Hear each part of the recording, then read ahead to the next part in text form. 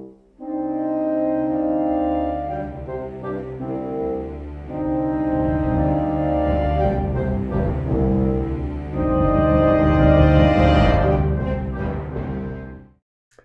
and welcome to another Joe magical stream. That sounded a lot better when I wrote it in my head. I am your host, Joe Magician, and today we're going to be talking about how strong. Again. I bet you thought I couldn't do it. 3 straight weeks of the Strongs, from Fire and Blood and House of the Dragon. That had to be enough. There's no way I could talk about them anymore. Well, that is where you are wrong. Very, very wrong. I found another interesting member of House Strong to talk about, and to boot, he's even in the main books. None of this going back in time, hundreds of years crap. This guy's on the page, in the main books. It's just the best. Well, sort of. Not really. That's right. This has to do with the Winds of Winter and beyond. And honestly, it's been a while since I did a stream on like the modern times of Westeros. And and the character I am talking about, of course, is the newest member of the Kingsguard for King Tommen I, the mysterious and silent Sir Robert Strong, otherwise known as the Mountain That Rides, Sir Gregor Clegane. Sir Gregor disappeared after his duel with Oberyn Martell, seemingly taken by Qyburn for reasons, and has seemingly reappeared with a new name and a new job. Although he does seem a bit, like, different. There's something off about him. And no one is really sure what's under his massive helmet with its 7 rainbow plumes, which, by the way, they should have put in the show. That would have been incredible. And today, we're going to try and answer those questions and see what exactly is being hidden behind the name of Sir Robert Strong. Just before we get going on that, just do some quick promo stuff here. As you may have seen on Twitter or on previous streams, I'm doing a Dying of the Light read-through on Patreon, and that continues. After the stream today, I'll be releasing for all Maester level patrons and up Chapter 4 with the esteemed Maester Mary of the Learned Hands podcast. That went up for Archmaesters yesterday. So as soon as this ends, I'm going to be setting that one for all Maesters and up to check out. If you want to get on the Dying of the Light and Patreon train, you can go to patreon.com/JoeMagician. I also, in the description, I put a link to Chapter 2 with the Z's from History of Westeros. That one is a free preview. You can just check that out, see if you're interested in the content, see if you're interested in the many great takes we had in that episode. And as per usual, please slam the MF and like button. That kind of things, just those kind of things really help with the old algorithm and its pernicious ways. Making sure people see it. So, like, share, subscribe, hit the bell button. I've actually been hearing from quite a few people that they're not getting the notifications. So make sure underneath the channel, like right here, there's a little bell thing. Click on that to allow notifications so that you see them when they go live. And the normal stuff. So if we actually haven't reached it for a little while. Let's see if we can do it today. We reach 150 likes. Going to throw on my Gurm hat for the rest of the stream so you guys can enjoy the turtly goodness that comes with that. And at 200, we get to 200 likes, I will throw on my wizard hat for the rest of the stream. So that is exciting stuff. I do enjoy honestly wearing them. They're kind of fun. Yeah, thank you guys for hanging out this Saturday. And we're going to talk a little bit more about House Strong. In like a weird way, but like not directly. I also wanted to thank, let's see here. There were some super chats that came through. to A. McKay, he said, happy Saturday. Right back at you. Cassie, she sent $14. Oh, that was last week. Just thanking me for talking about Alice Rivers. You're welcome. Also, I wanted to thank all the new patrons that have showed up since the last time I went live. So, actually, I think that's Sir... Actually, I'm just going to read them out because I'm not sure when people signed up or not. I skipped a week there because I had to work. So H.R. Scott, Maester Hunt, Maester Two Rivers, Maester Sir Roger the Night Cook, and as of today, Stonefire89 the Novice. So thank you guys for signing up for my Patreon, supporting on the channel and stuff. Yeah, YouTube notifications are historically bad. It does not send them out. Actually, the only way to get push notifications, this is like a super weird, complicated thing you have to go through. You not only have to select them on for the channel you want, but you have to do it in the app itself on your phone. You have to go in and allow push notifications before you even send them. It's a whole thing. It's really annoying. I wish they did it a different way, but that is not the world we live in. Maybe I'll do like a newsletter or something in the future so I can send out like emails so that people actually see them. Or I'll follow in Brendan Beefish's esteemed steps and get myself a Substack. That would be something.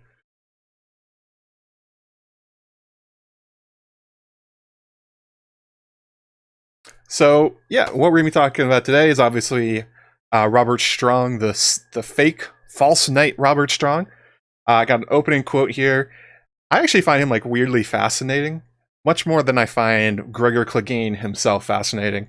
And I think it's the way that George frames it. I think you can kind of read it here. This is from the Dance of Dragons epilogue.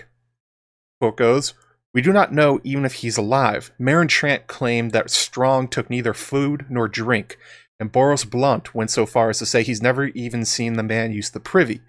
Why should he? Dead man do not shit. Kevin Lannister had a strong suspicion of just who this Sir Robert really was beneath that gleaming white armor. Suspicion that Mace Tyrell and Randall Tarley no doubt shared.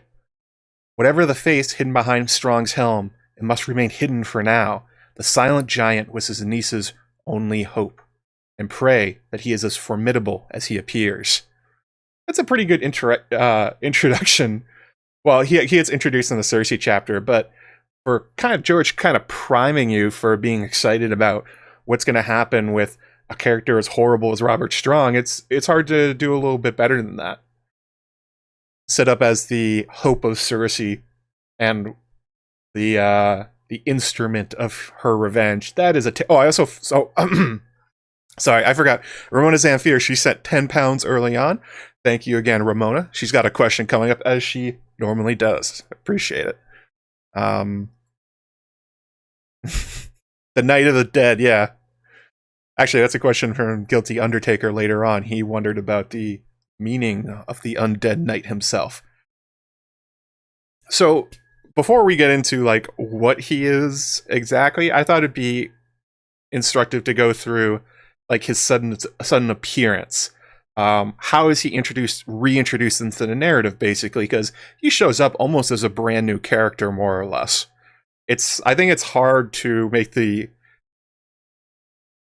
argument that there's much in common anymore with Robert Strong and Gregor Clegane, much more than even someone like Lady Stoneheart to Catelyn Tully. Seems very, very different people at this point.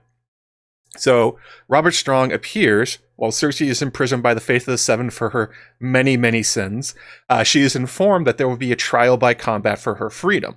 Her uncle Kevin is allowed to meet with Cersei to give her quite a lot of bad news, and among the other bad news is that Sir Aerys Oakheart has died in Dorne, leaving a spot on the Kingsguard open. Cersei realizes that her time has come, and that if she has any hope of surviving this, she has to get some help. And she tells Kevin to inform Qyburn that it's time to unleash the beast, more or less. I got the whole quote here. There's actually a lot of good quotes about this, but this is just Cersei telling Kevin. So it says, "She did not have a ready answer. My champion will need a new name as well as a new face. Qyburn will know. Trust him in this. You and I have our differences, uncle, but for blood we share, and love you bore my father, and for Tommen's sake, and for the sake of his poor maimed sister, do as I ask. Go to Lord Qyburn on my behalf. Bring him a white cloak, and tell him the time has come." That is really ominous. Tell Qyburn the time has come. No. At least the headaches of Gregor were solved by Qyburn well. I'm not so sure about that one. I don't think Qyburn solves anything. So who exactly is this champion that's being called for? Well, in A Feast for Crows, the subject is first raised when it seems that Sir Loras Tyrell may die during the siege of Dragonstone, and that they're planning ahead that they may have an open spot on the Kingsguard. And this time, for unknown reasons, I don't know why Cersei wants this. She wants somebody that will be loyal and an effective member of the Kingsguard, instead of the bozo she's been putting on there lately. What a concept, asking for a member of the Kingsguard to be good at their job. It's wild shit. So Qyburn responds to the inquiry. He says, "Alas, no," said Qyburn. "I had another sort of champion in mind. What he lacks in gallantry, he will make up. What he lacks in gallantry, he will give you tenfold in devotion. He will protect your son, kill your enemies, and keep your secrets, and no living man will be able to withstand him. So you say, words are wind. When the hour is ripe, you may produce this paragon of yours, and we will see if he is all you have promised." "They will sing of him, I swear it." Lord Qyburn's eyes crinkled in amusement. "Might I ask about the armor?" "I have placed your order. The armorer thinks I am mad. He assures me that no man is strong enough to move and fight in the weight of such plate." Cersei gave the chainless maester a withering look. So it seems quite clear that that here in A Feast for Crows, and that later at her cells in A Dance with Dragons, that Cersei is not in the dark about exactly who this champion is. She made the order for, the massive armor that could fit nobody else that's living. Well, about that one. And that they're kind of, I don't know why they're playing coy. It must be just George trying to hide the reveal from you before it shows up. But they both definitely know who the champion is that they're talking about. Thank you for the super chat. Michael James has Qyburn. Oh, thank you for the $5. Has Qyburn alluded to experimenting with magic? He sure has. He talks about dark magic quite a lot, but also kind of mysteries of the body. There's a lot of necromancer, dark magic sort of stuff swirling around Qyburn. And in a sense, I mean, we're going to get to this later, there's a sense that George is leaving it up to you, the audience, to decide, which way you feel about how Qyburn does what he does. But it's quite clear from the order and the way they're talking that both Cersei and Qyburn are on the same page, that this is somehow Sir Gregor Clegane that has amazingly not died from the wounds he has had.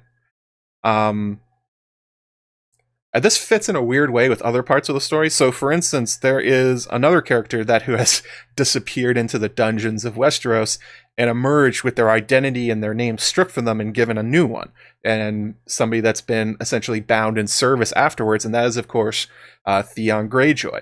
His transformation from Theon to Reek comes to mind here, especially as we know that Ramsay tortured and mutilated Theon to create the character we know as Reek, transforming the previously headstrong Prince of the Iron Islands into a mutilated, obedient servant. I don't think that's a comparison that maybe too many people would come to, like Theon Greyjoy and Gregor Clegane, but it's within these same books that the same thing is happening here. It kind of also draws connections between Ramsay and Qyburn in maybe not their outward behavior, but definitely the sadistic nature of the two guys. It's also perhaps a little bit of foreshadowing because, Theon does not remain Reek, that he eventually reclaims his name, that he reclaims his identity. So that's something to think about. A little bit of spice there for the future of Gregor Clegane.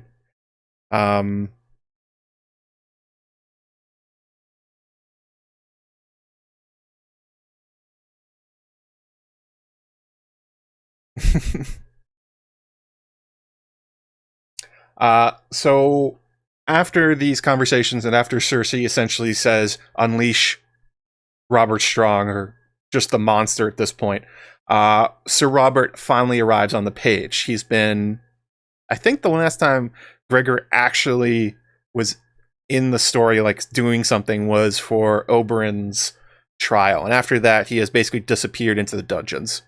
So Cersei is forced by the High Sparrow to do a walk of atonement from Baelor Sept back to the Red Keep before her trial. It's essentially like her bail or her price of freedom. They're essentially trying to humble her before the trial by combat. When she arrives at the Red Keep, she has obviously been stripped naked and forced to do the whole walk. People were jeering, throwing stuff at her. She's about ready to essentially fall over and pass out, and the enormous champion arrives. I got the quote here. This is actually a really good one, so I put the whole thing in. A shadow fell across them both, blotting out the sun.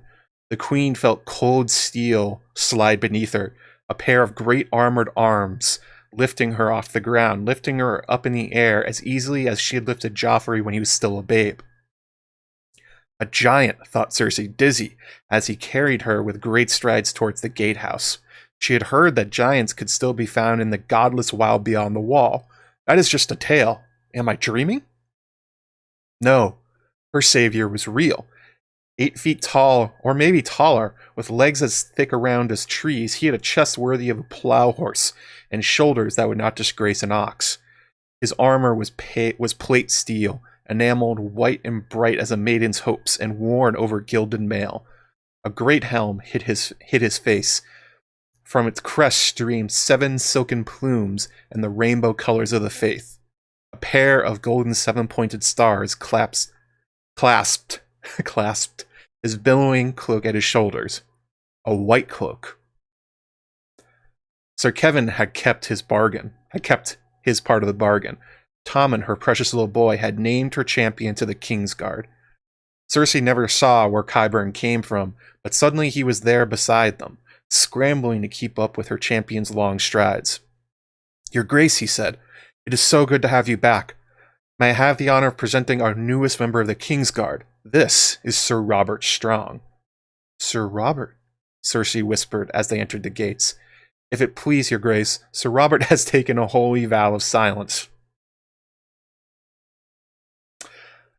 Qyburn said, he has sworn that he not speak until all of his Grace's enemies are dead and evil has been driven from the realm.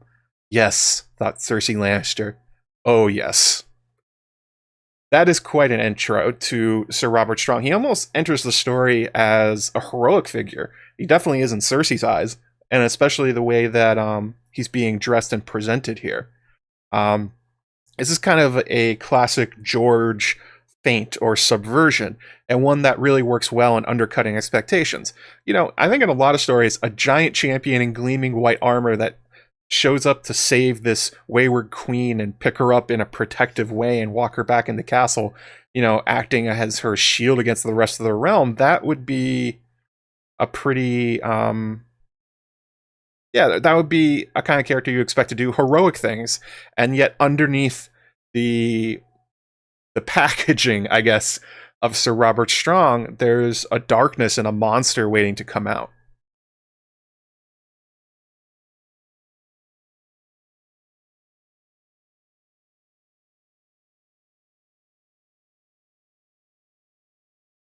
Michael Berry says, isn't it weird that Robert Strong had so much faith imagery when his big moment will most likely be fighting the faith?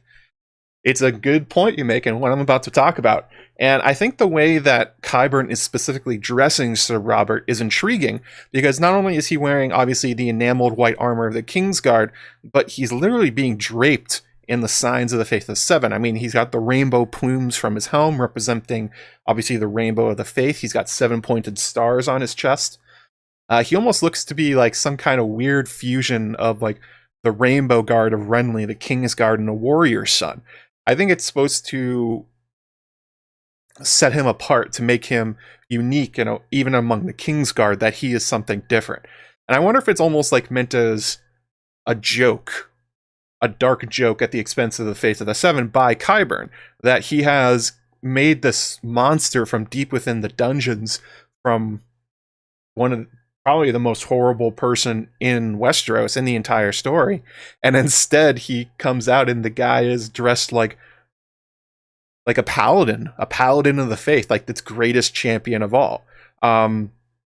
I actually had a thought that this might be sort of like, there's an infamous line out there that it's not really attributed correctly to anyone that who it's supposed to be, but the quote goes, "When fascism comes to America, it will be wrapped in the flag and carrying a cross." Well, I think Gregor, in a way, is sort of like that.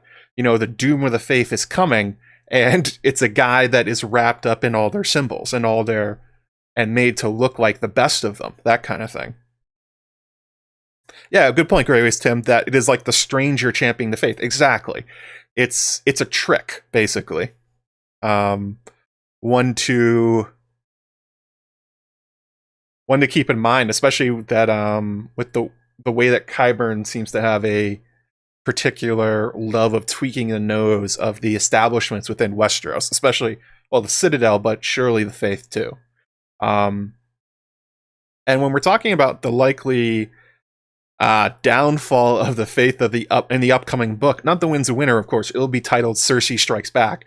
This will likely be carried out not only by maybe some kind of giant explosion like in the show, but it's also very likely to be carried out by the massive shoulders of Robert Strong, despite being dressed like a warrior's son.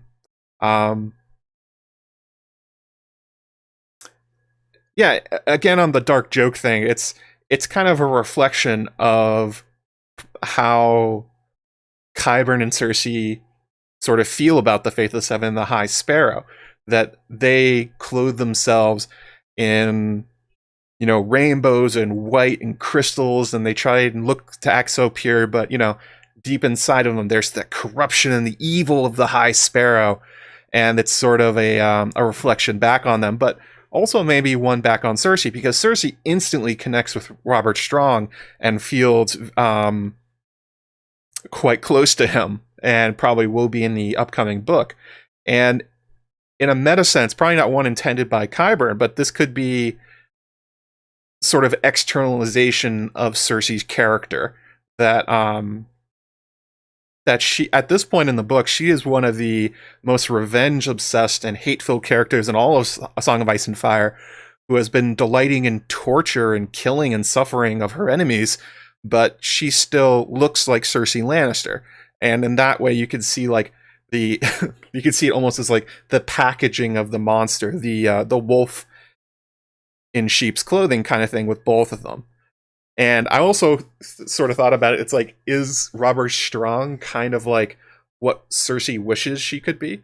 I mean, there's definitely a sense in her chapters that she is annoyed that she can't be like Jaime, that she has to rely on other people. It's like, if you could give all of Cersei's worst impulses, like if you could pull them out of there and make them to a person, you know, Robert Strong probably wouldn't be far off.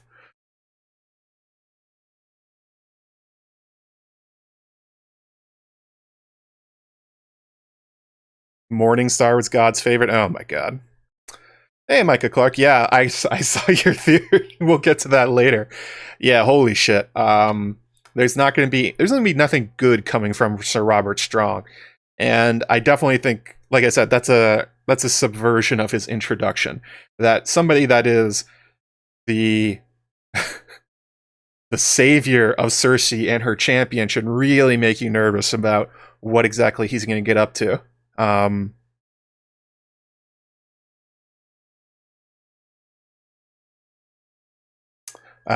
Question from Sarah Severnon: what fantasy books do I recommend?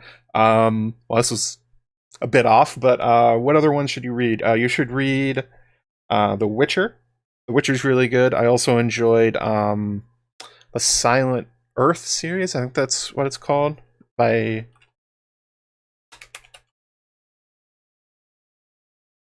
No, that's not what it's called. It's I got that wrong. The Fifth Season by N.K. Jemisin. You could also pick up. Ooh, what other ones do I like? I also liked Name of the Wind by Patrick Rothfuss.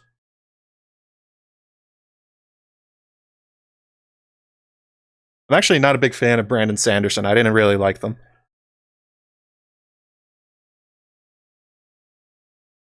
Neil Gaiman makes really good stuff. American Gods is a great fantasy book. Yeah, those are a lot of them, but those are just off the top of my head, and ones that I've read recently. The Witcher stuff is also very good. Broken Earth, I'm sorry. Um, yes, good call, Max. There's also a fair amount of Maegor the Cruel in Robert Strong here, and that a lot of people suggest that perhaps Maegor was undead when he awoke suddenly from his coma to fight.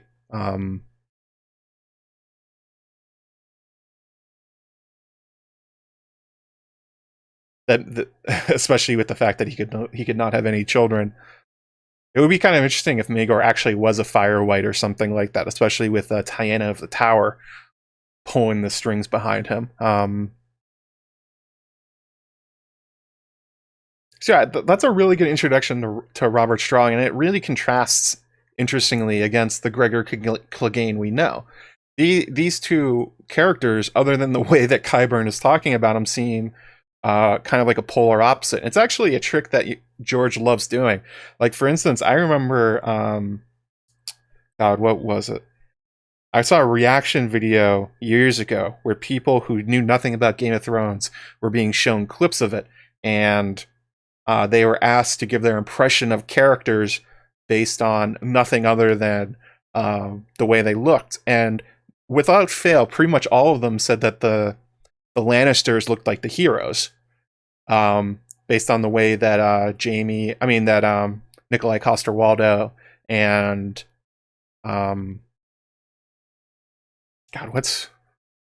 and Lena Headey, based on the costuming and the way they looked. And it's actually quite the opposite, that Jaime is, if anything, a morally gray character leaning towards villain, and Cersei's quite clearly a villain by A Dance with Dragons. So kind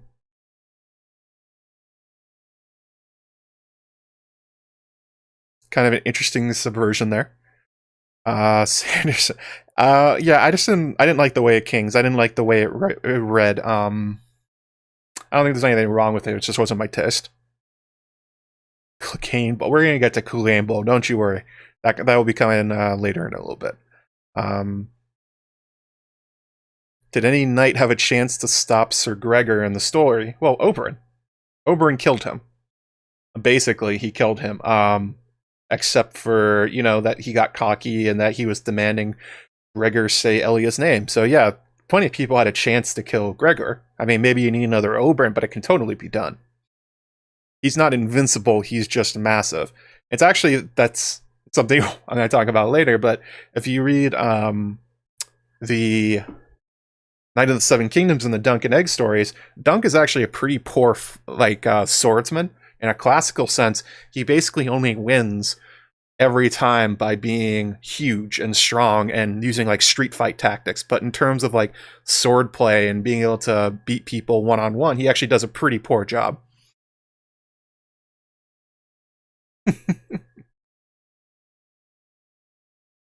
So yeah, I don't think that's one thing that you definitely should keep in mind, that Robert Strong and Sir Gregor are definitely not unbeatable.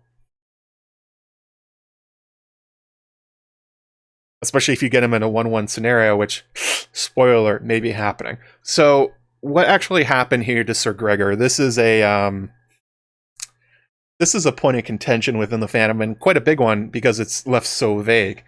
And I just want to get this out of the way. It's not a theory or really up for debate that it is actually Sir Gregor Clegane, the mountain that rides, that is hiding under Sir Robert Strong's armor.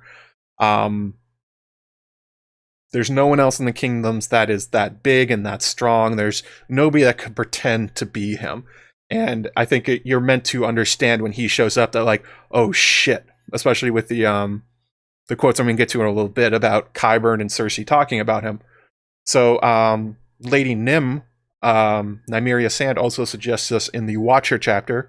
She says, if Gregor Clegane is alive, sooner or late, the truth will out. The man was 8 feet tall. There is not another like him in all of Westeros. If any such appears again, Cersei Lannister will be exposed as a liar before all the Seven Kingdoms. She would be an utter fool to risk that. What could she hope to gain? So that's George essentially winking at you, the reader, going hey, keep your eyes out for when another 8-foot massive guy shows up, because it's going to be Gregor. And then the next book, who shows up? An 8-foot guy in massive armor. Spoiler alert, that is Gregor Clegane. Or used to be Gregor Clegane. It's a little unclear. Varys Aurelius, doesn't Kevin think outright that is Gregor? He not directly, but it's pretty well hinted that he's aware that it's Gregor, and so is everyone else in the small council. But I don't think they say it by name. They just kind of dance around it.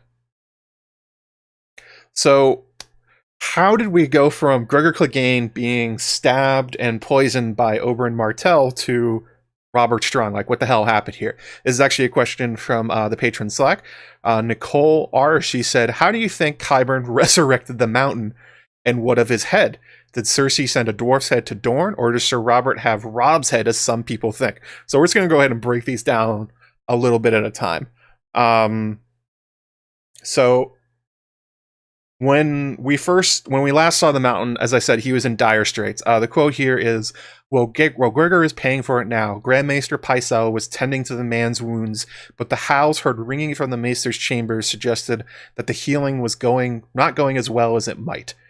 The flesh mortifies and the wounds ooze pus, Pycelle told the council. Even maggots will not touch such foulness. His convulsions are so violent that I have to gag him to prevent him from biting off his tongue. I have cut away as much tissue as I dare and treated the rot with boiling wine and bread mold to no avail. The veins in his arm are turning black. When I leeched him, all the leeches died. My lords, I must know what malignant substance Prince Oberyn used on his spear.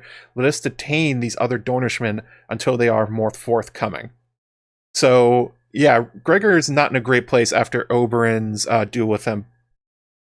Oberyn ensured that even if he couldn't kill Oberyn with his spear, that somehow he loses the duel to the 8-foot-tall monster, that one way or another he's dying. And he apparently used a unknown special poison, which, if you may remember from backstory on Oberyn, he actually went to the Citadel and forged most of a Maester's chain before he left. So he's quite apparently a prodigy with doing mixing and making up new poisons.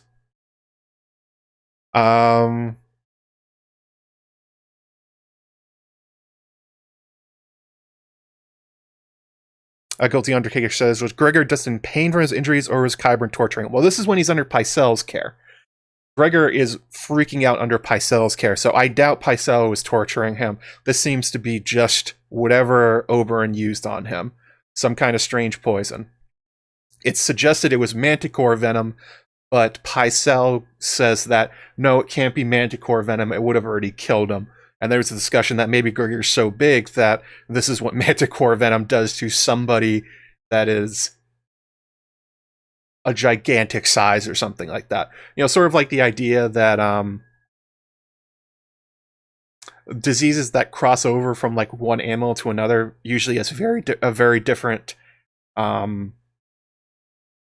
effects based on the size of what they're in. It's essentially making the case that Gregor is so huge that he's basically another species, and that you can't say that manticore venom would do this to him.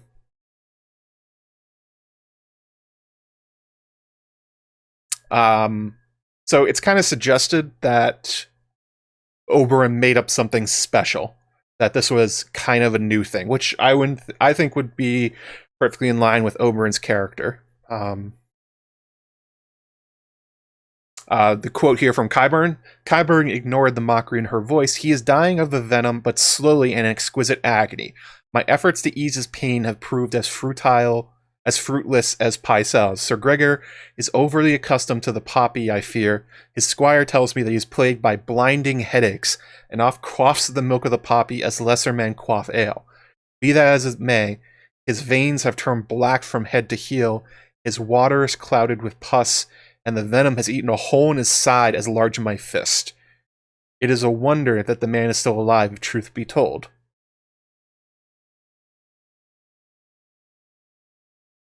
Pycelle is an idiot, but Qyburn backs him up here, saying that whatever's going on is beyond what anything else he has experienced, that there's something unusual happening to the mountain.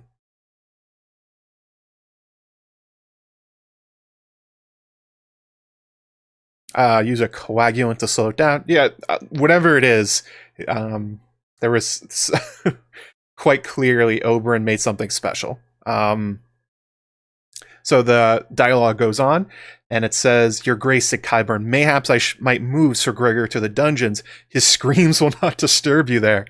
Awesome stuff, Qyburn. I'll be able to tend to him more freely. Tend to him, she laughed. Let Sir Ilyn tend to him. If that is your Grace's wish, Qyburn said, but this poison, it would be useful to know more about it, would it not? Send a knight to slay a knight, and an archer to kill an archer, the small folk often say, to combat the black arts. He did not finish the thought, but only smiled at her. The conversation goes on. Cersei suddenly goes, "Hey, why did you get kicked out of the Citadel again? Like, what did you do?" And this is Qyburn's terrifying response.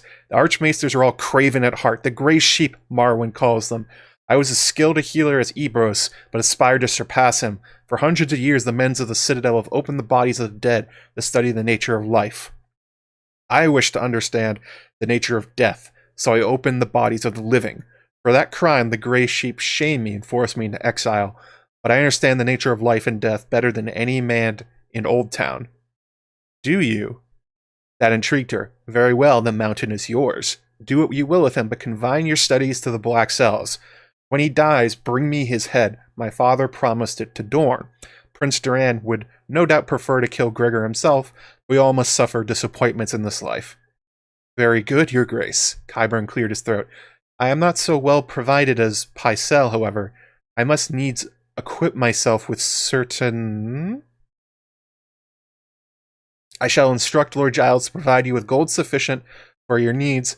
Buy yourself some new robes as well. You look as though you've wandered up from Flea Bottom." She studied his eyes, wondering how far she dared trust this one. "Need I say that it will go ill for you if any word of your labors should pass beyond these walls?" So Qyburn essentially makes the argument that he should be allowed to take the mountain down into the Black Cells to experiment on him. He's making the case that the reason is that the poison, whatever it is so effective that, hey, maybe we should know what it is and figure it out so that we can use it on our enemies. But I don't think that's really what's going on here. Qyburn makes the answering Cersei's question about how he liked to study the living and life and death is quite clearly he's going to experiment on Gregor, and he has no intention of trying to save his life, return him to as he was, that he's going to take the opportunity with an outrageously huge specimen like Gregor Clegane.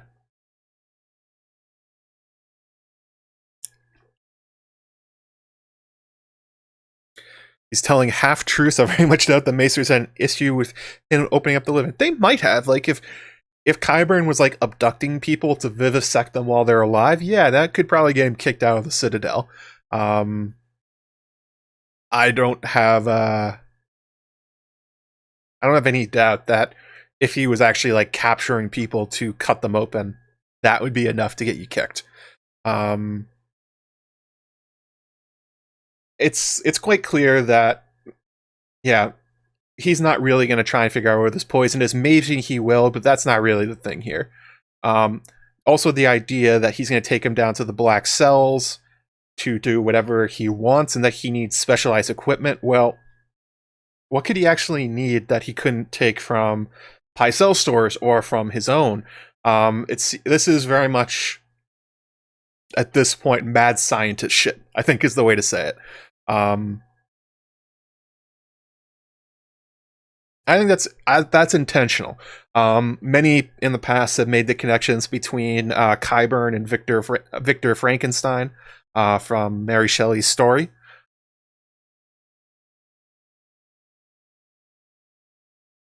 That you're supposed to read this and go like, oh shit, this is like the start of Frankenstein's monster or something like that. But there's also a couple other allusions being made here that that we should keep in mind. So from Frankenstein, Victor Frankenstein reanimates his monster through quote-unquote scientific principles.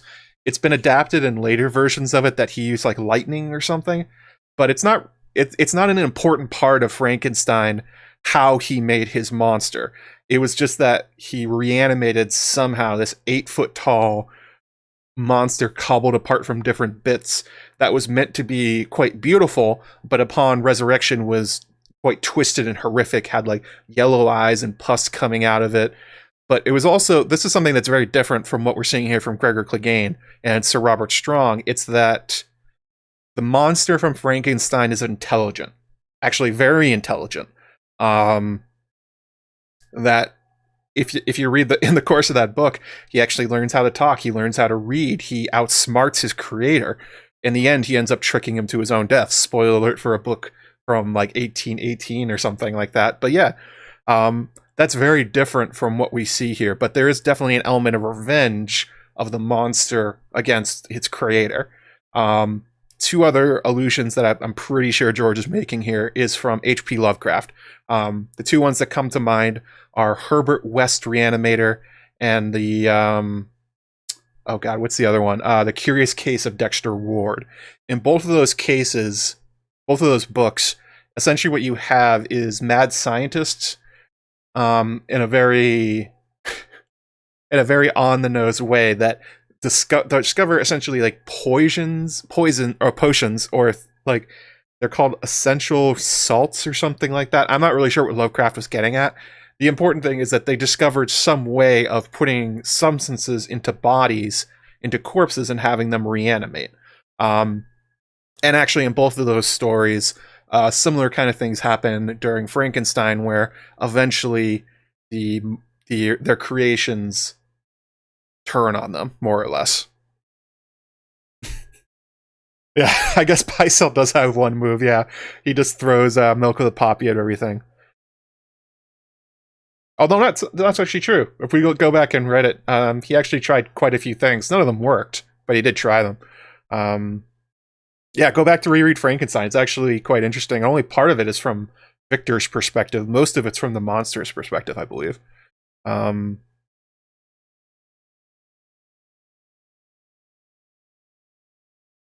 be ridiculous. George would never borrow from Lovecraft. Yeah, totally. He would never borrow anything from Lovecraft. I mean, he only borrows the fish monsters and that kind of shit. No. He never borrows the mad scientist and weird creations of science. That is definitely not a thing he writes about constantly. Oh, wait. Yes, he does.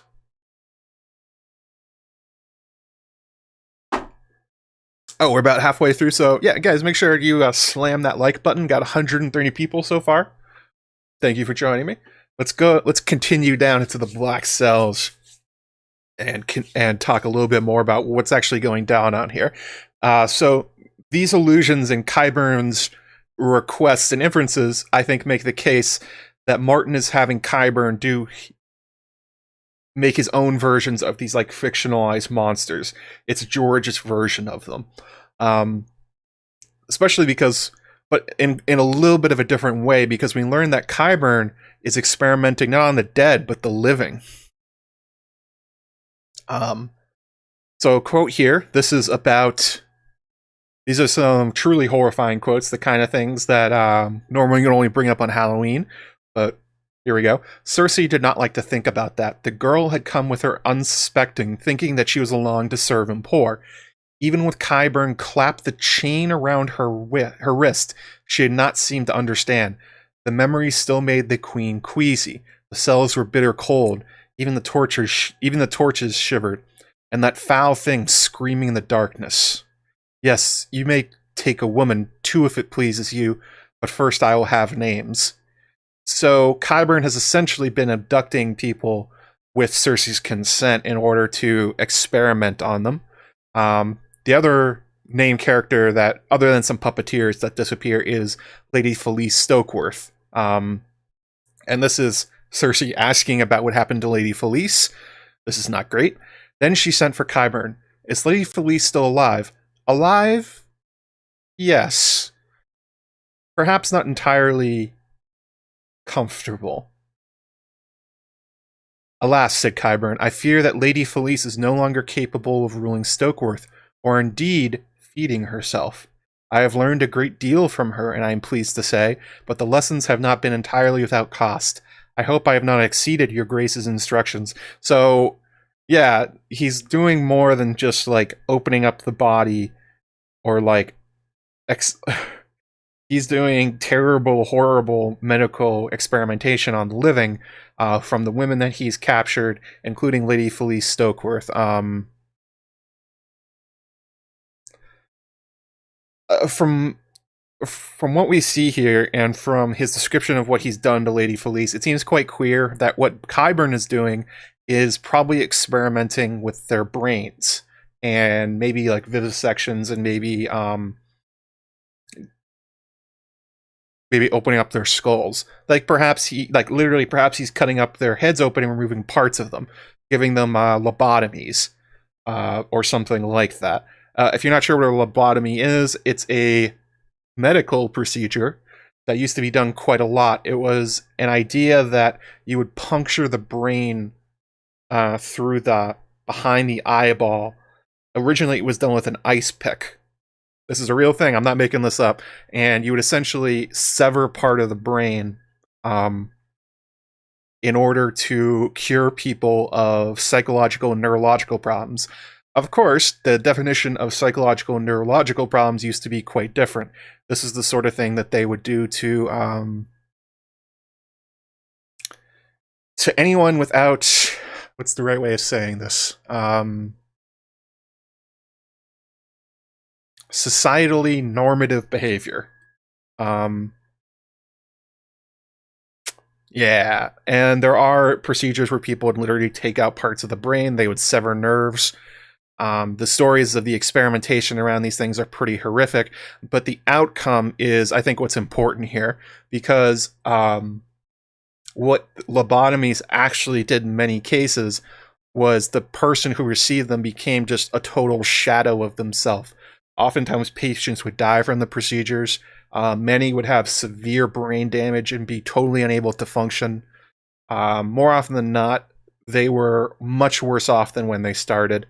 Some people who didn't have quite as bad reactions to having a pick puncture their brain in a particular way, they would write memoirs and things. They described it as having that something was taken from them, that they have like a missing part of their soul, that some part of them is just gone. And again, some part of what we see here from Lady Felice, the idea that whatever Qyburn's done to her has rendered her unable to feed herself, and that she's unable to do anything, basically, is a possible side effect of having somebody do a lobotomy. Of course, this would be well before it should have showed up. Lobotomies are relatively recent. But, you know, George is doing fantasy stuff, so maybe he had the idea that Qyburn thought that maybe if you monkey around with people's brains, you can get them to do whatever you want. Maybe to create, like, an empty shell of a person you could order around. Yeah, there's bad stories about what happened to people. One particular patient, all she did all day was she would take a coffee pot and then fill up a cup and then pour it back and just do it over and over and over again. That's what they did after that's what she did after the procedure was done on her. So I wouldn't be surprised that that's what George is imagining here. I don't know how else you would render Lady Felice incapable of feeding herself or ruling Stokeworth, unless there's like he's like chopped off her arms or something like that. It seems pretty clear that he's monkeying around with her brain.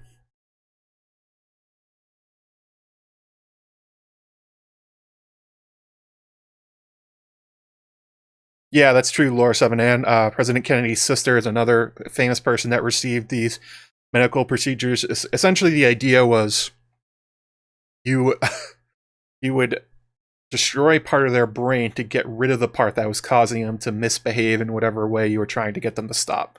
Not a good idea. It's outlawed pretty much everywhere. Not a thing that's done anymore.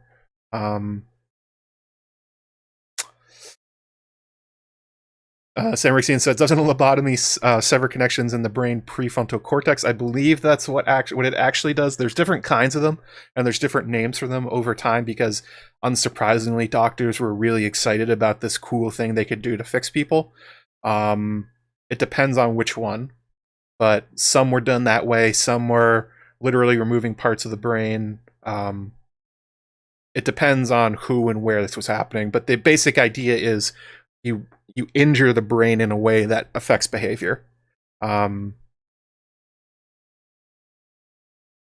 yeah, like Hannibal Lecter.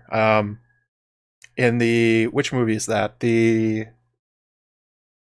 one with Julianne Moore. He basically does that to an FBI agent. It's a real thing, so I would not be surprised if that's what George is drawing on here.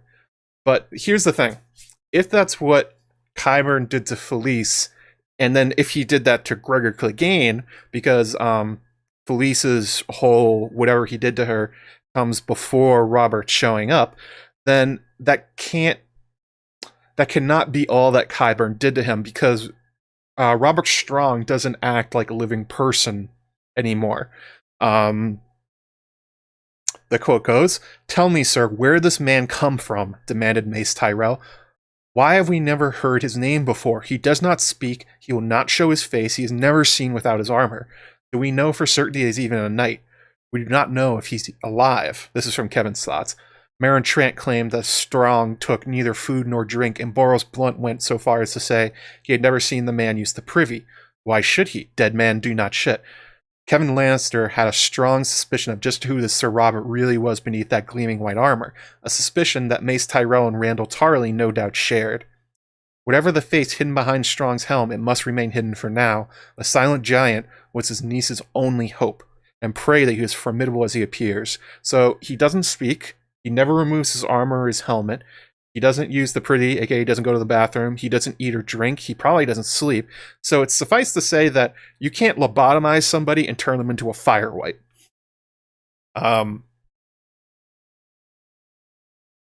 That's not the effect of it.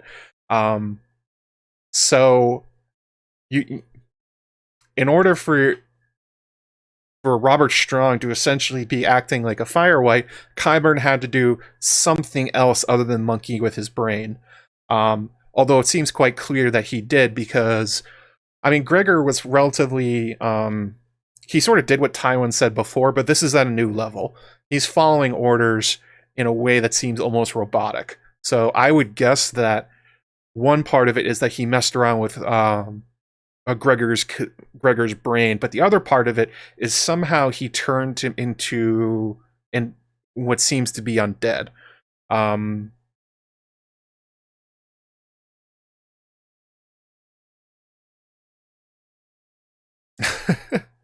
Yeah, Max. Kevin does know that Robert is an undead or some undead Gregor, and he's like, "Oh, yeah, okay. I mean, that sucks, but we need him right now."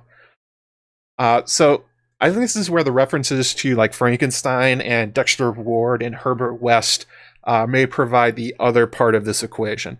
In those stories, as I said, the mad scientists essentially used unknown methods, to say the least, of resurrection that kind of came down to like putting potions. Frankenstein, it's just scientific principles. Again, something called like essential salts. It doesn't matter, because the authors didn't elaborate, because it's impossible. So it's fictional. It doesn't really matter what the method was, but what's clear is they developed some way of doing it. They could put something into a dead body and have it come back to life. And it's certainly possible that that's what George is doing here, that Qyburn in his travels and studies has stumbled upon some version of how to do this. I mean, there's no explanation for how Herbert West, Dexter Ward, and Victor Frankenstein came upon the ability to resurrect people. I don't think we're ever really going to get one with Qyburn, and I don't really think it matters too much. The idea is that he managed to do it. But if we're talking about like what was actually done to him, so in all ways, Robert seems like a firewhite. Barrack reports feeling much the same way, that he does not need to do things biologically anymore. Like, he doesn't need to sleep, he doesn't need to eat, doesn't need to drink anything. George has echoed this in interviews where he said, yeah, basically Barrack Dondarrion is undead, that he's basically a zombie at this point. Um, so this raises the possibility that Gregor is something new, that he's what's been dubbed a science white rather than a fire white or an ice white. That maybe he's like a third type of undeath or something like that. Although we should raise the possibility that since we know that R'hllor has the ability to bring people back from the dead, I don't think you can discount the idea that he found a way to use R'hlloric magic. But I think the idea that he used some kind of weird potions or magic, like a magic potion or something like that to bring back Gregor makes the most sense. I was like scouring my knowledge of the Song of Ice and Fire. I was trying to think of like, what could this be if there is like some sort of substance? What would it be that that George has alluded to? And the one that I came across that might be a hint to it is actually from an unusual place, the Unsullied, and their Wine of Courage. Oh, $5 from Sandrixian. Thank you, Mallory. Team Science White. Yeah, Team Brain Explosion and Team Science White. We're having a real good time.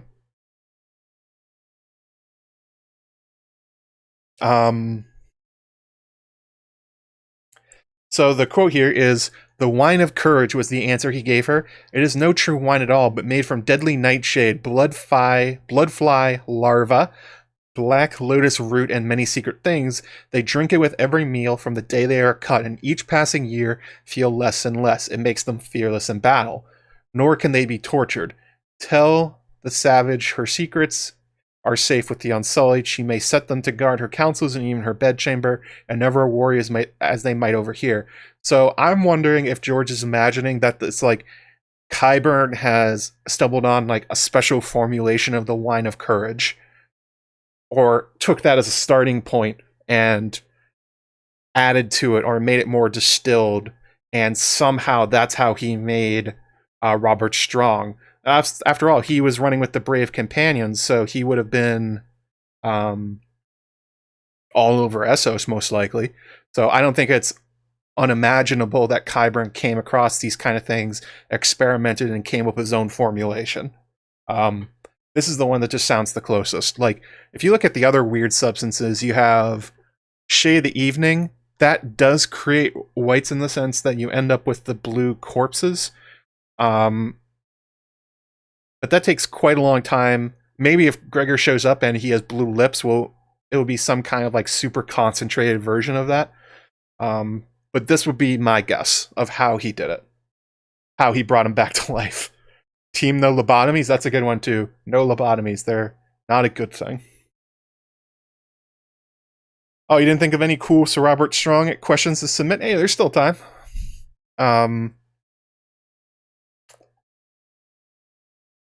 Maybe he like mixed the Wine of Courage with the Warlock's wine, and that's what he gave Gregor to bring him back to life, or to essentially, yeah, he's undead, so that must be it.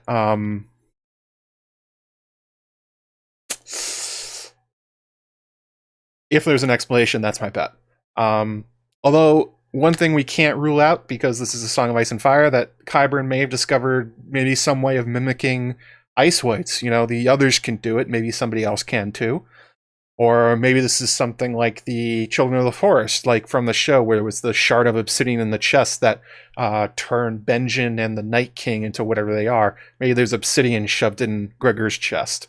I honestly think that those are pretty unlikely. I mean, he does mention dark magic, but I think that's more in the sense that he's trying to play up the idea to Cersei that there's good reason to study Gregor other than messing around with his brain. And the other thing to keep in mind is that, you know, they did study necromancy at the Citadel for quite a long time, and undeath is just a fact of this world, so the idea that there's multiple ways to get to the same thing does make a bit of sense.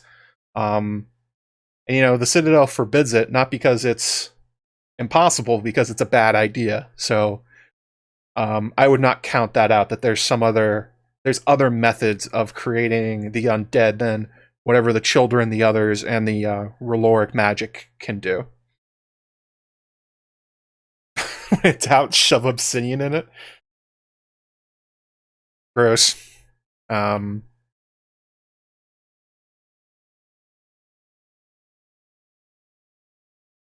good point from Micah Clark. If we were to reach really far, we could assume that Qyburn, who knew Marwyn, who went to a shy, who probably knows that shade in the evening is, could have gotten the shade from that threat, definitely.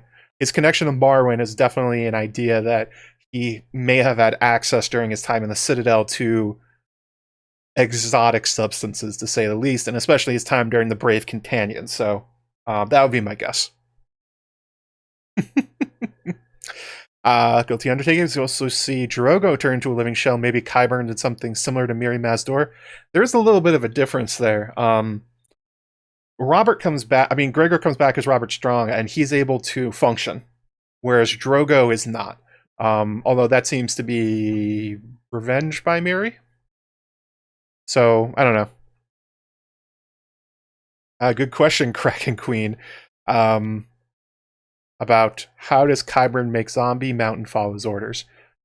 We'll get to that in a second, but so this is kind of my tier list of how Qyburn made Sir Robert Strong.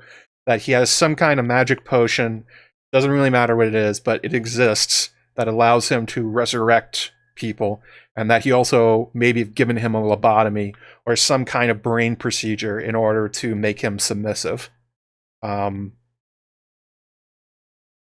Second down, maybe some kind of R'hlloric resurrection. I don't know. There's not really any reason to think this. Like, there's not a red priest running around that Qyburn's in contact with that would make this obvious. But, you know, it is a way to do it. Maybe he discovered some way of creating, like, the others' whites. And last on the list is, like, whatever happened to Cold Hands. But since we don't know what that is, it's hard to say. It's basically just, like, another question mark around Sir Robert Strong.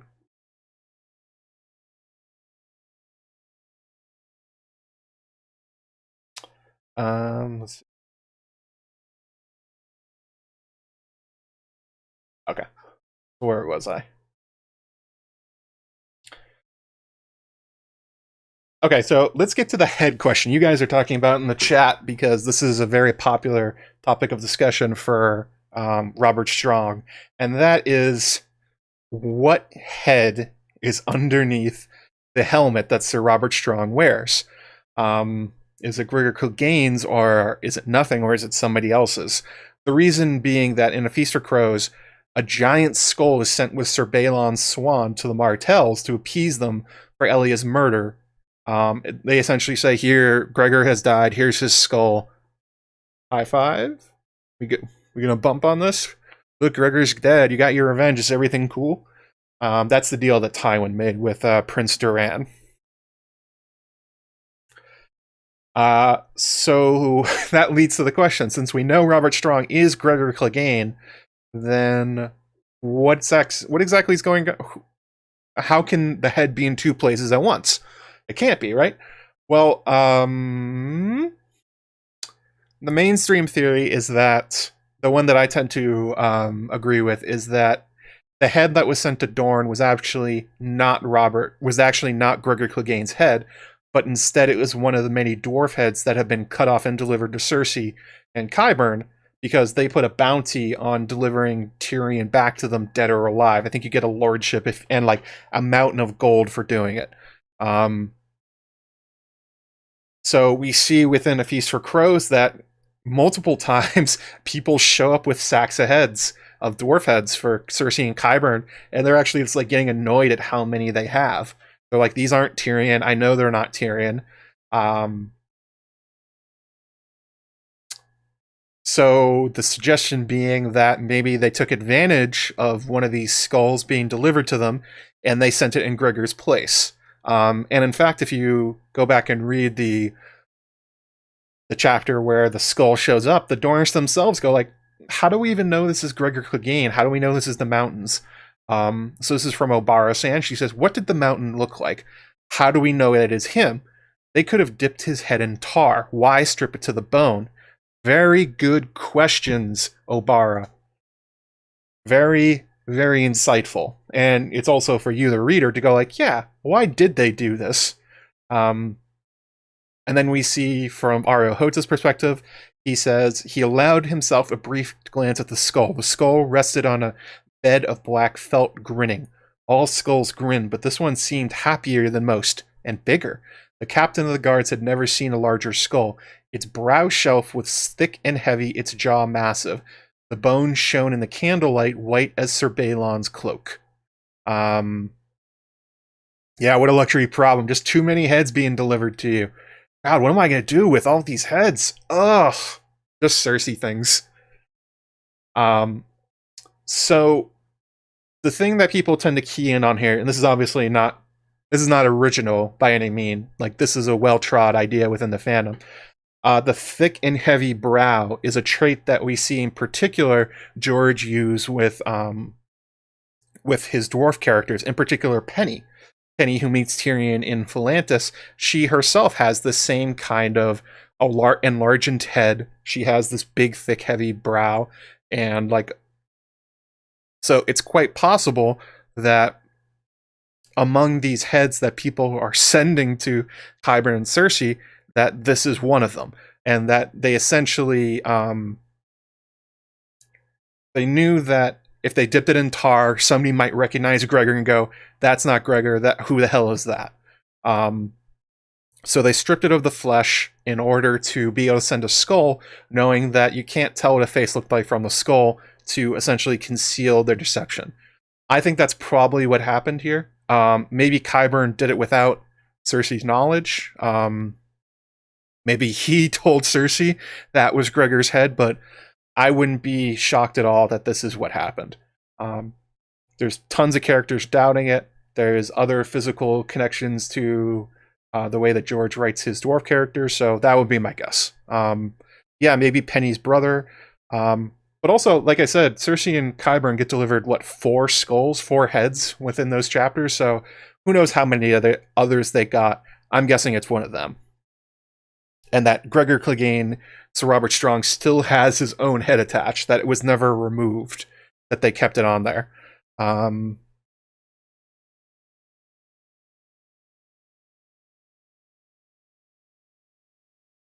Oh, good call. Just B says, in real life, modern example, football players who have skull damage can have their brows bruised and they are more protruding. Absolutely.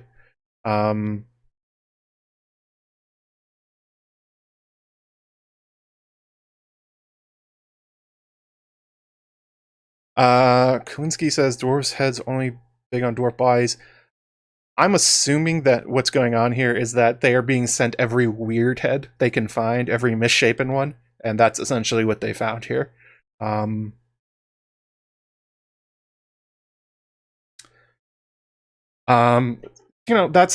the one I tend to believe, that underneath Robert Strong's helm is still Gregor Clegane's head, but it's become twisted and monstrous, kind of like Frankenstein's monster. That the helmet is not meant to conceal the fact that he has somebody else's head. It's just that the head that's still on there is disgusting. And as Qyburn said, the veins were turning black. Well, these veins all throughout your head and your neck, it would be gross to look at. They're trying to pass off Robert Strong as a normal human. You can't do that with the way he looks.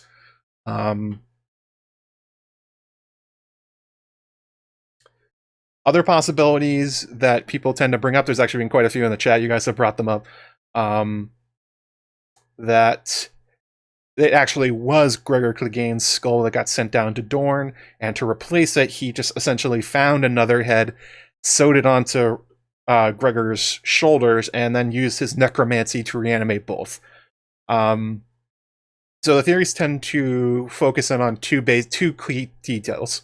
One of them is if a character is literally named Robert or some version of it, or if it's somebody that is dead and possibly could have their head removed. The most popular one is that Qyburn removed Robert Baratheon's head from its corpse and placed it onto the mountain's body. They would have access to Robert Baratheon's body. I believe it would have been buried in Baelor's Sept with the other kings.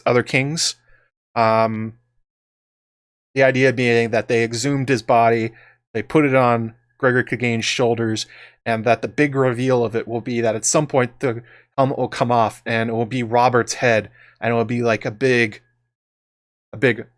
shocking moment, oh, it's Robert Baratheon's head.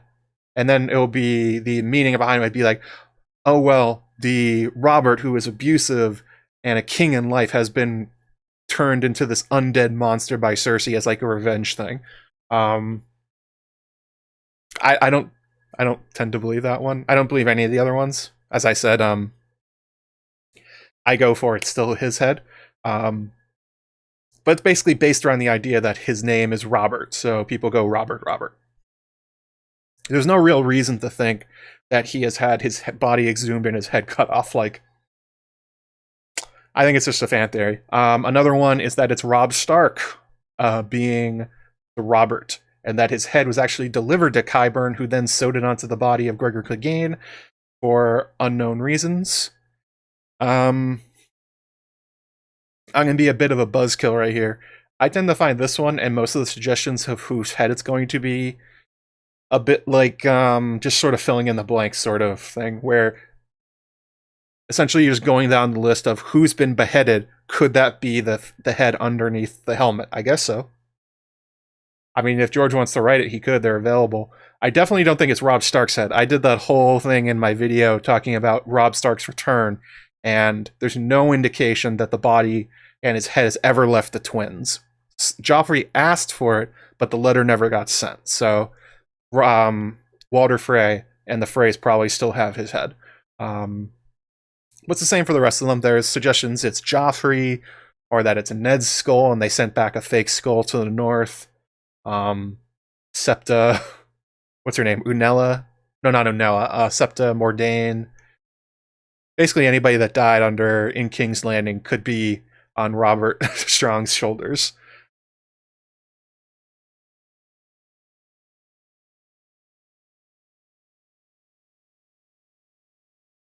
So, yeah, that's the kind of thing that happens with some theories where there's a mystery, so people sort of go down and plug in every possibility and see which ones might be right. I think that's kind of what happened here. Yeah. I tend to go back to the idea that it is actually Gregor Clegane's head. It just looks disgusting. Kind of like they did in the show. I thought that, though, before we got the reveal that it was actually Gregor's gross head under there. I thought that's ever since I read these chapters. I was like, oh, it's probably just his head. It just looks disgusting. Look at the descriptions of what he looks like before he went into the dungeons. He doesn't look good now. You have to hide his appearance because he's an undead monster and it might get them killed by other people. You know, it's not a good thing. Max, you bring up the thing I was just about to talk about. Headless Gregor. This is the other possible idea. So I think this one's absolutely the least likely possibility, that there is no head underneath the helmet. That's essentially just like, I don't know, nailed on there or something like that. We know that within A Song of Ice and Fire, there's nothing stopping disembodied body parts from moving. We've obviously seen that happen with Ice Whites, and the hand that Sir Alistair Thorne brought back to King's Landing was still moving for quite a long time. But the thing here is that Robert Strong responds to verbal commands, and he can see what he's doing. It's not like he's, walking into walls or falling down stairs or essentially moving around like somebody that's unaware of his surroundings. He can obviously see and hear. So there is a head under there.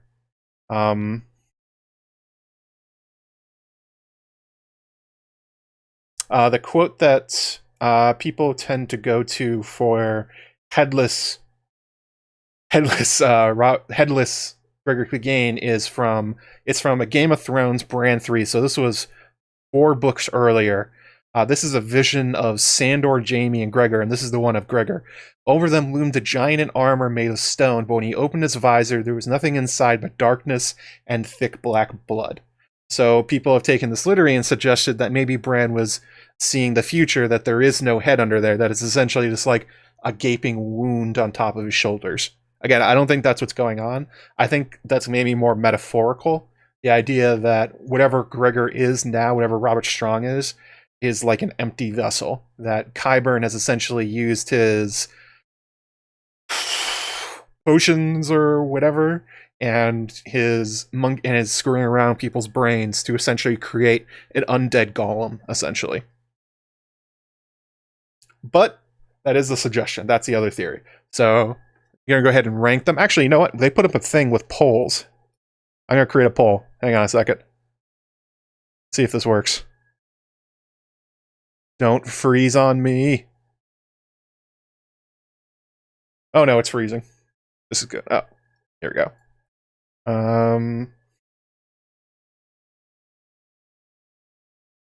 What's under? This really does not work. Wow, this is just okay. I'm trying to make a poll. It's just not working.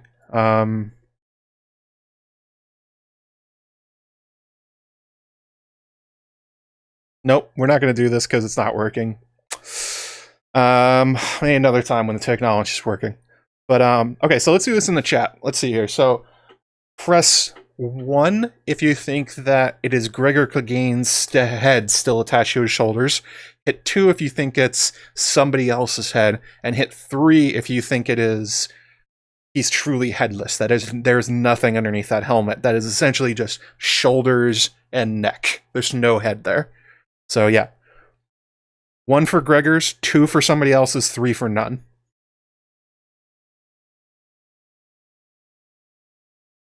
What they do to Lami's head. Oh my god. Yeah. Anybody's head.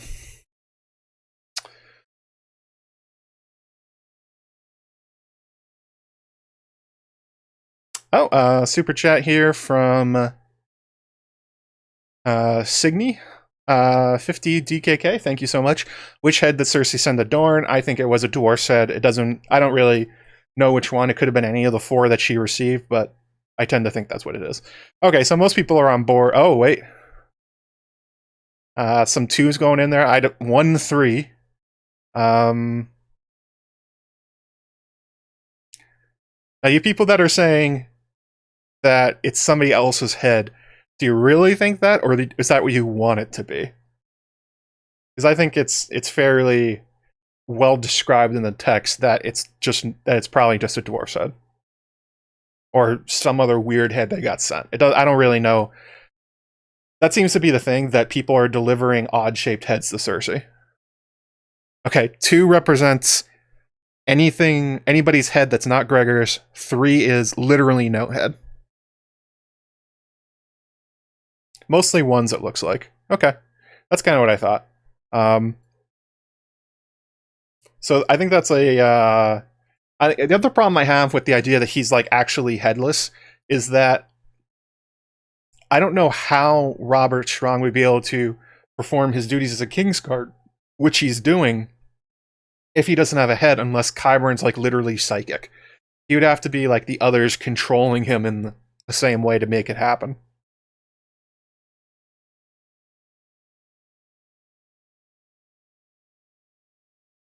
I don't think Qyburn has like others' powers. I think it's, yeah, I think that there's a head under there.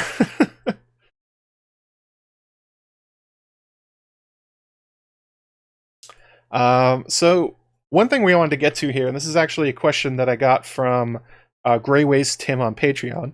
He asked, why do you think George went to name Robert specifically? Does it have something to do with providing Cersei the protection and security that her husband, King Bobby B, failed to give her? So we're going to get into the whole naming thing of naming him Robert Strong. So why, well, it's not just George. Why did Qyburn name him that? He could have chosen any name. I think that is sort of, it's meant as a gift to Cersei, that Qyburn was thinking about, well, you had a bad relationship with Robert, he treated you terribly. What if I instead give you this, the literal opposite of your dead husband, somebody that will only do what you say, someone that will never harm you, that will protect you in the way he never did. I think that's probably what Qyburn was going for. But I don't see another reason to name him Robert. Like, it's too on the nose. Yeah, Robert Strong's a battle droid. There you go. But I find the last name, the Strong part, the reason this is part of this whole thing. So why name him Strong from George and Qyburn's perspective? I think it's intriguing, like, first theory sense, that George chose how strong to be the disguise that Qyburn chose for the Zombie Mountain. I mean, it's especially since the Strongs only entered the books in A Feast for Crows from Lucamore the Lusty. That's their first reference in all the books. They don't show up in Dunk and Egg. They don't show up in any of the previous 4 books. They only start showing up in A Feast for Crows with Aerys Oakhart and Jaime thinking about Lucamore the Lusty. So what's going on here? Why is George not only making Robert a Strong, but why are they showing up in the way they are? Like, for instance, the rest of House Strong, we don't know of any other named members, like Larys, Lionel, and Harwin. They don't show up until 2 years after Dance with Dragons is published, with the Princess and the Queen. So what's going on here? Why is there like this rising tide of House Strong within the narrative, especially within the current one? Like, for instance, 2 more members of House Strong show up in the Golden Company, although it's a little dubious if they actually are. There's Duncan Strong and Dennis Strong. They are both sergeants within the Golden Company who both claim to be members of the house. But of course, if you believe Amanda's theory and the one I subscribe to, that Duncan the Tall is a secret member of House Strong, well, he was introduced in all 3 novellas already and in A Storm of Swords before the publication of A Feast for Crows with the Dance with Dragons. And then,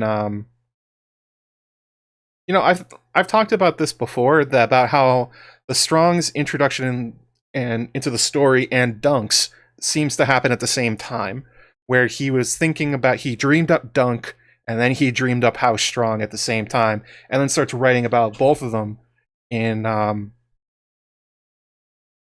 ever-increasing way.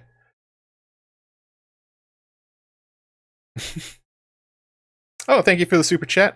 25 PLN from Kraken Queen. Thank you so much. Great stream as always. Thank you for the amazing content. No, thank you. Also, guys, make sure you slam that like button. 150 likes. I put on a silly hat, and everyone likes silly hats.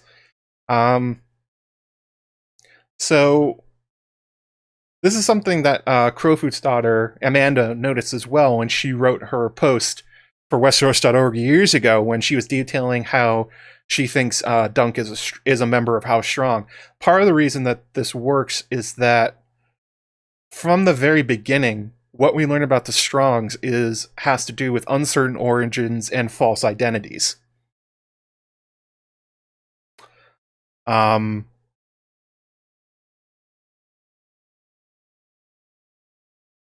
So, like, for instance, the 2 guys in the Golden Company, it's inferred and hinted at pretty strongly that you can be in the Golden Company and claim whoever you want. Nobody's checking, like, lineages and patents of nobility or whatever. You can just claim to be whatever house you want over in Essos.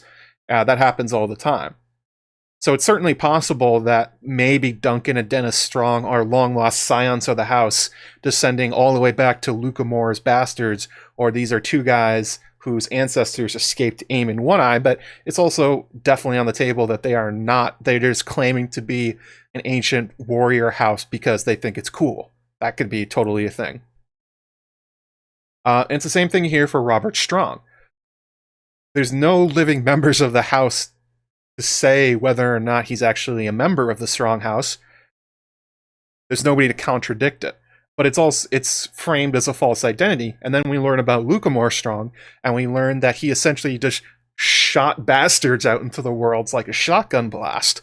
So what we're knowing about the family is that, like I said, it's a key characteristic of them is uncertain identity and questioning who is who and who is not a member of them. They're almost set up as like a puzzle box, basically. It's like George just fired them all across the story and said, see if you can recognize members of this house from these little details and from these hints from other places. Like, for instance,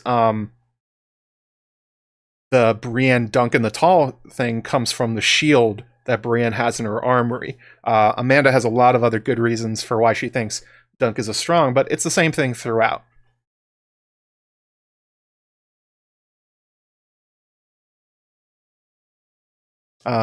Strike the 20 Danny DeVitos. Did somebody donate $50 earlier? No, somebody donated 50 DKK Not really sure what that is.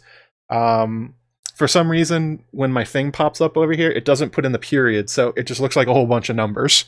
Unless I missed something. Hang on a second. I'm gonna check PayPal real fast. Nope, nothing over there. So this is a key part of their construction in the story. There's mystery around them.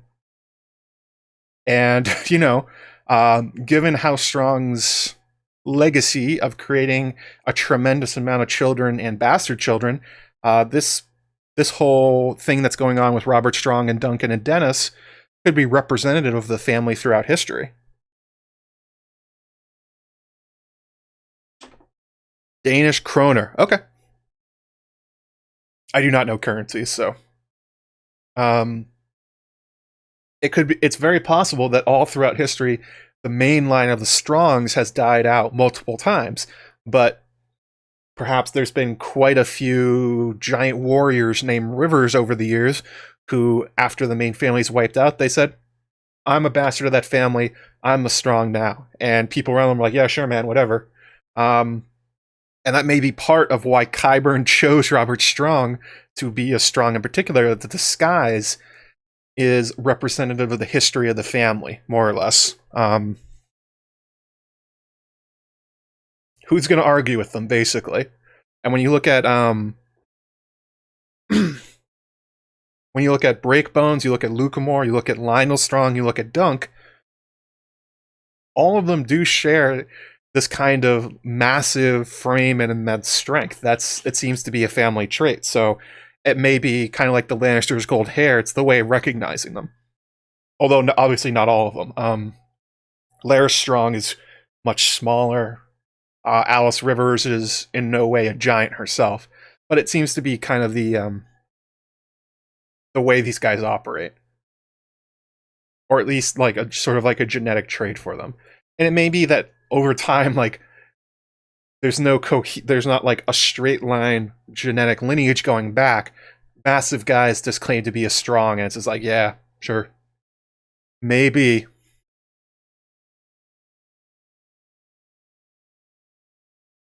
Yeah, Brienne too. Brienne is incredibly tall. She's incredibly strong.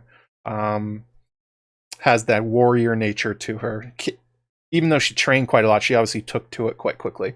And this is part of the reason that Amanda and I honestly really enjoy looking for secret Strongs in the narrative. As I said, they are introduced as having questions of identity, and that they have lots of bastards sent out into the world, and George seems to have fun placing them for you to try and figure it out. So speaking of that, talking about secret Strongs, if you haven't read Amanda's original post on Westeros.org, she does actually go on to speculate, is House Clegane an offshoot of not only maybe Duncan the Tall, but perhaps House Strong themselves? And actually, this is from the Slack room of Zamfir. She said, characters like this, presuming he is Clegane, makes one think George should have put a condom on Dunk from time to time.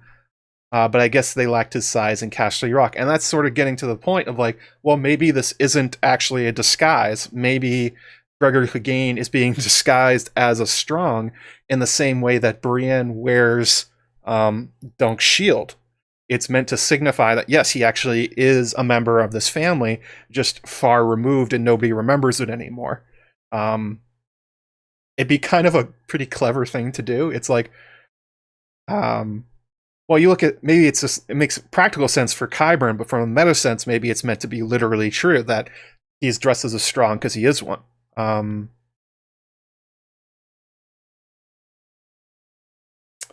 So if you look at the history of House Clegane, they are actually a very, very recent house. They started as the kennel masters for the Lannisters of Casterly Rock.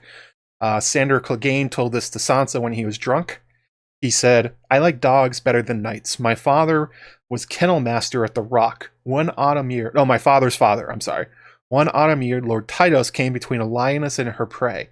The lioness didn't give a shit that she was Lannister's own sigil. Bitch torn to my lord's horse and would have done the same for my lord too, but my grandfather came up with the hounds. 3 of his dogs died running her off. My grandfather lost a leg. So Lannister paid him for it with lands and a tower house and took his sons to squire.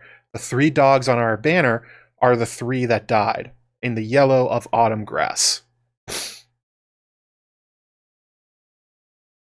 Yeah, sorry, father's father. This was grandfather. So the suggestion here is that perhaps these kennel masters of Casterly Rock are somehow bastard children of Duncan the Tall and perhaps Rohanne Weber. After all, later in her life, after the Swarm Sword, where she marries Eustace Osgrey, well, Eustace dies. Rohanne instead then goes and marries Lord Gerald Lannister, Lord of Casterly Rock, and has 4 sons. You have Tytos, Jason, Tyon, and Tywald. Fun connection there that Jaime is related to Rohanne and Brienne is related to Dunk. Maybe they both are. But anyway, however, in 240 AC, Lady Rohanne disappears, never to be seen again. There's quite a lot of speculation that she was murdered, that Lord Gerald, for some reason, killed her. But she definitely does just straight up disappear.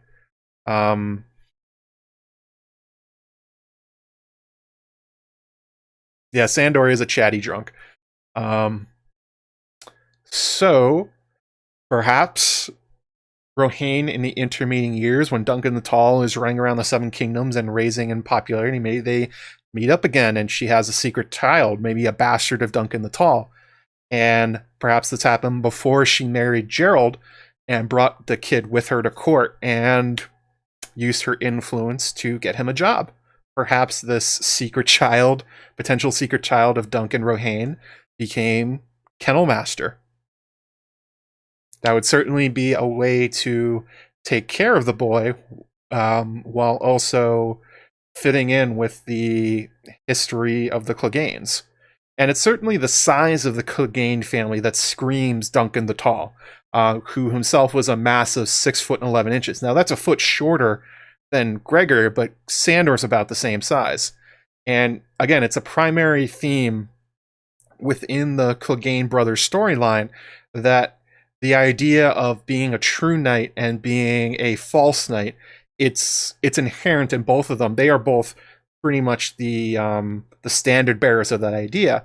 For instance, when you look at Gregor Clegane, well, he's an actual knight anointed by Rhaegar Targaryen, but he acts like a brute, a murderer. He's like one of the worst people in the world, but he's a knight. And Sandor, who refuses to be a knight because Gregor is one, essentially acts like they more or less should, except in some cases. Sorry, little kid that he cut in half. So that theme, that subject, and is so central to Duncan the Tall, is literally personified by Gregor and Sandor. And obviously, notably with the other known descendant of Duncan the Tall, Brienne of Tarth, and Jaime Lannister, who is Rohanne Weber's descendant as well. These are not proofs, though. I mean, not every tall person in Westeros who struggles with the ideas of knighthood is related to Dunk. Like, it could just be thematic similarities because George loves doing those sort of things. But I wouldn't count this out as a possibility, that based on their immense size and the history of the house, that seems to line up with being created while Rohanne Weber was around in the area. And we know Duncan Rohanne probably got down. I think it's certainly a possibility, just not a strong one. It's more crackpot tinfoil.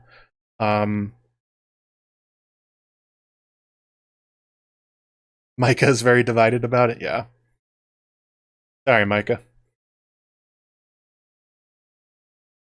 But there's also some other small similarities that make sense. Like, for instance, there's a member of House Strong known as Harwin, also known as Breakbones. Harwin Strong's behavior in melee sounds very much like Gregor Clegane, that he would enter the melees even though he didn't have to, and he would use his massive, massive size and strength to essentially go around purposely injuring all of his opponents, that he was actually trying to kill them. And that seems very reminiscent of Gregor's behavior at the tourneys. Now, we know that Gregor never actually entered the melees, he only entered the jousts. But you can imagine if he decided to enter a melee, he would probably do the same shit that Harwin used to do. There's also the suggestion that Harwin was a not cool guy because of his behavior in the Gold Cloaks. So there may be kind of a personality thing between them. But, you know, I recognize the Cleganes being related to Dunk and or the Strongs it's fairly tinfoil. There's not a lot of direct evidence for it, but I think it's one of the more likely ones to consider, especially with just how similar the character arcs that you have between Brienne, Sandor, and Dunk. All three of them struggle with the idea of being a true knight and what that means, and trying to fighting against society in a way. Meanwhile, they have these they're being followed around by these squires, more or less, that know more about them. Like, there's a thematic resonance between Dunk to Egg, to Sandor to Arya, to Brienne to Podrick. It's not hard to see how those are similar. So, so that's my tinfoil. Actually, it's Amanda's tinfoil, but I thought it was relatively believable among the other ones. Nowhere near that Dunk and Brienne are related, but I think you could, if George wanted to, he could write that in pretty easily and fill in those blanks. Is Duncan a reference to Duncan, Idaho? It could be. George is a big fan of Dune, so I wouldn't be surprised if that's why he decided to name Dunk that. Does Dunk have giant's blood? Everyone seems to think so. So let's go on to, we've kind of jumped off from the whole House Strong, Secret Strong idea that, you know, maybe Robert Strong's name is meant to be a clue in a sense. Actually, if he actually is related to the Strongs, then him being disguised as one would probably be the biggest clue. It's like, it's directly on the page. He pretends to be a member of the house. So, well, let's go to the Winds of Winter, and of course, Cleganebowl. Get hype. So what's going to happen now? So we end with Dance of Dragons with Kevin Lannister is dead. Cersei's basically back in charge. She has Robert Strong on her side. And what's coming up for her? Well, the trial by combat's still going to happen. And one thing that seems for certain is that, probably like in the show, Robert Strong's going to be an obedient monster for Cersei, carrying out whatever dirty work she wants around King's Landing. I don't think they made that part up. I think he's going to go around doing awful, awful, awful stuff for her. I mean, the ending quote is basically Cersei going like, yes, yes, he's going to go out and do awful things for me to kill all of her enemies.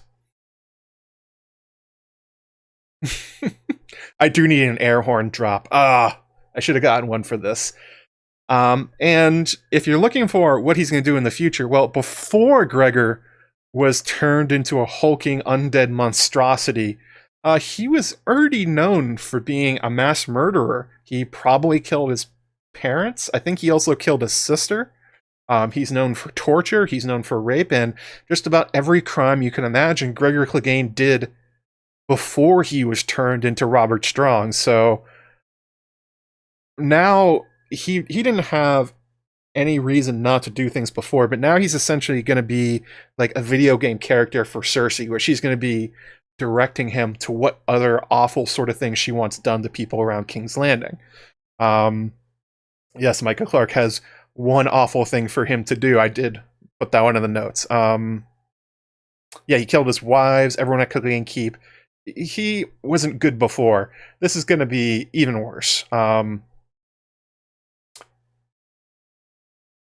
Although, I'm guessing one thing that won't happen in the books that happened in the show is that they had Robert Strong essentially going around sneaking up behind people and like smashing their head into walls. Like, in the books, he is so huge and he is so... And especially the way he's dressed, he's not sneaking up on anybody. So I doubt that's going to happen. I bet he's going to be used more in the intimidation way, like when Lancel showed up and he essentially just beat the shit out of some of the members of the Warrior Sons. That he's going to be intimidation and a symbol of Cersei's rising power in King's Landing.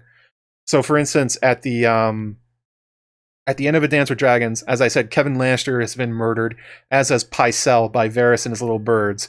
So the only people left on the small council at this point that are physically there are Mace Tyrell, Randall Tarley, and Qyburn.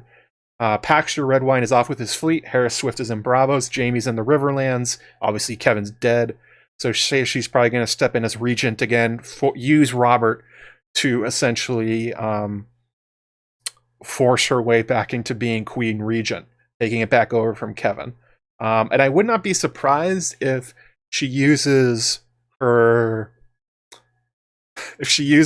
Strong essentially as the fist that essentially makes her rule King's Landing from inside the Red Keep. Like, he can't do much out in the field, essentially. He's one guy. But within the Red Keep, within the small council chamber, he can just throw somebody out a window. He can cut them in half. He can rip their heads off if he feels like it. He's probably just going to be there enforcing everything she wants at her side. Yes, minus 10 stealth, plus 10. No, plus 50 intimidation. No stealth. No stealth for Robert Strong. So I also wouldn't be shocked if Cersei ends up using Sir Gregor to aid her in her Tyrell problem that she seems so keen to solve. The show had them essentially, she blew up Baelor's Sept with Marjorie inside for Loras's and Cersei's trial, which are going to be going on like one after another. But we know that's not going to happen in the books, at least the trial part, because she's getting, what? A trial by combat. That's the whole reason she has Robert Strong. So if she wants to blow up something, I'm not even sure where she would do it. Marjorie's going to get a trial. Maybe she'll do it there. But one thing that was kind of missing was that Cersei essentially ran away and let it blow up and got everybody inside and nobody came to get her. I wouldn't be shocked if instead that she uses Robert Strong and maybe some other Lannister soldiers to essentially hold everybody inside or throw them inside somewhere. And anybody that escapes, that she'll probably send him to go around and kill anybody. They also sidestepped the trial by combat in the show by having Tommen become friends with the High Sparrow. That's not going to happen in the books. Tommen is literally only 8 years old. He has no relationship with the High Sparrow. He has no relationship with the Faith. So that part is definitely not happening. So it seems very likely that the trial by combat will go forwards. But they may change it. Maybe a trial by 7 is a possibility.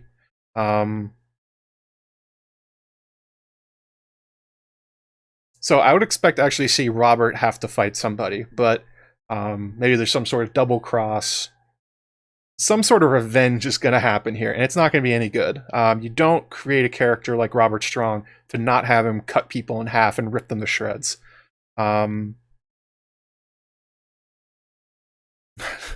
Chances zombie Gregor bashing Fagon's head against the wall, pretty high. He seems ready-made to... Actually, that would be pretty brutal if he actually went ahead and got smashed another Aegon's head against the wall. God damn. That would be something he would do, wouldn't it?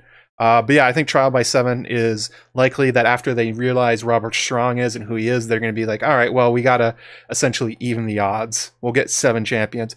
And of course, this is where Cleganebowl is speculated to happen.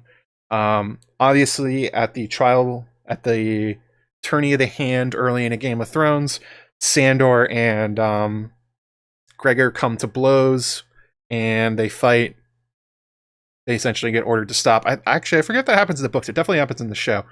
But the suggestion is that Sandor is still alive, and he's also like Gregor. He's wearing a disguise. He's the gravedigger on the Quiet Isle, and they're going to get him out of...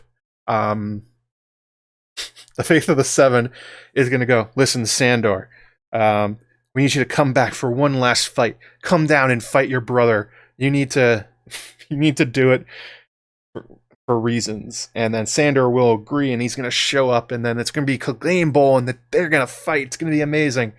Well, there's a few problems with that. For one thing, we learned that Sandor still has a pretty bad injury. It happens in the books too? Okay, good. I just wanted to make sure. Sometimes you get the show and the book mixed up in your head and you're like, fuck, which one is this actually from? I hope it's from the one I mean. So yeah, Sandor is still recovering from his injuries from when Arya left him to die. He definitely, I think he has a big limp at this point. And he also, the dialogue with the elder brother of the Quiet Isle essentially makes the case that Sandor no longer feels the same hate for Gregor that he did in life. I mean, he's talking about Sandor as if he dies, as if he's dead, not literally standing over there digging a grave, but that's essentially the idea that Sandor has gotten a lot of perspective on his life and no longer wants to kill his brother. I don't know why this would happen. Like, in order for Cleganebowl to happen this way, in between the end of the Dance with Dragons and whenever the trial by combat happens, the High Sparrow would have to become aware that Sandor Clegane is alive, that he's on the Quiet Isle, that he'll do it, and that this is a good idea despite his injuries. So, I don't know. I don't think, if there's a Cleganebowl, I don't think it will happen in the trial by combat.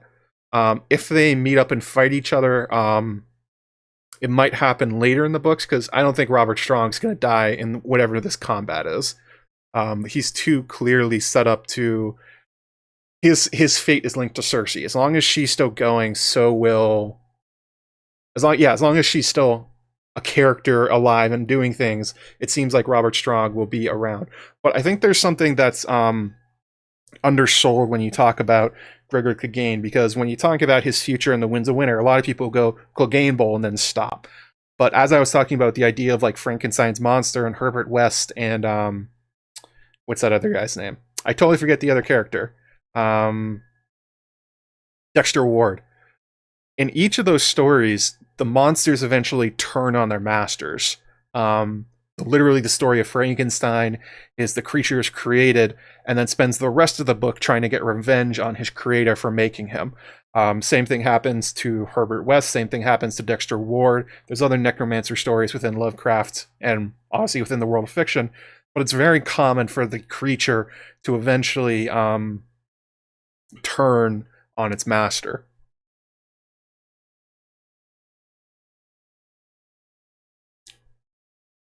So, I think that might end up being what's going to happen with Robert Strong as the Winds of Winter progresses, that at some point, some part of whatever's left in his head is going to wake up again. They sort of did a version of that in the show where they had, upon seeing Sandor, Gregor was overcome with rage and they had to fight and they tumbled to death off the tower. But I think it will be more direct that that Gregor's like going to wake up, or he's going to get tired of obeying Qyburn and Cersei, and maybe get revenge on them. Maybe go on a killing spree within the Red Keep. Yeah, maybe he goes wild when the wall falls. Could call Micah. You know, there should be something along those lines, as George is so clearly cribbing from those things. It will be his own version. And I'm not going to write out the possibility that Gregor and Sandor eventually interact again. So much of Sandor's plotline is wrapped up in his life being the opposite of Gregor's, that he's trying to be what his brother is not. So it would be kind of weird to introduce him back in the story and not have the two meet up, but if you're talking about literally Cleganebowl get hype at the trial by combat for Cersei, I don't think that's going to be the one. It could very much be later, though.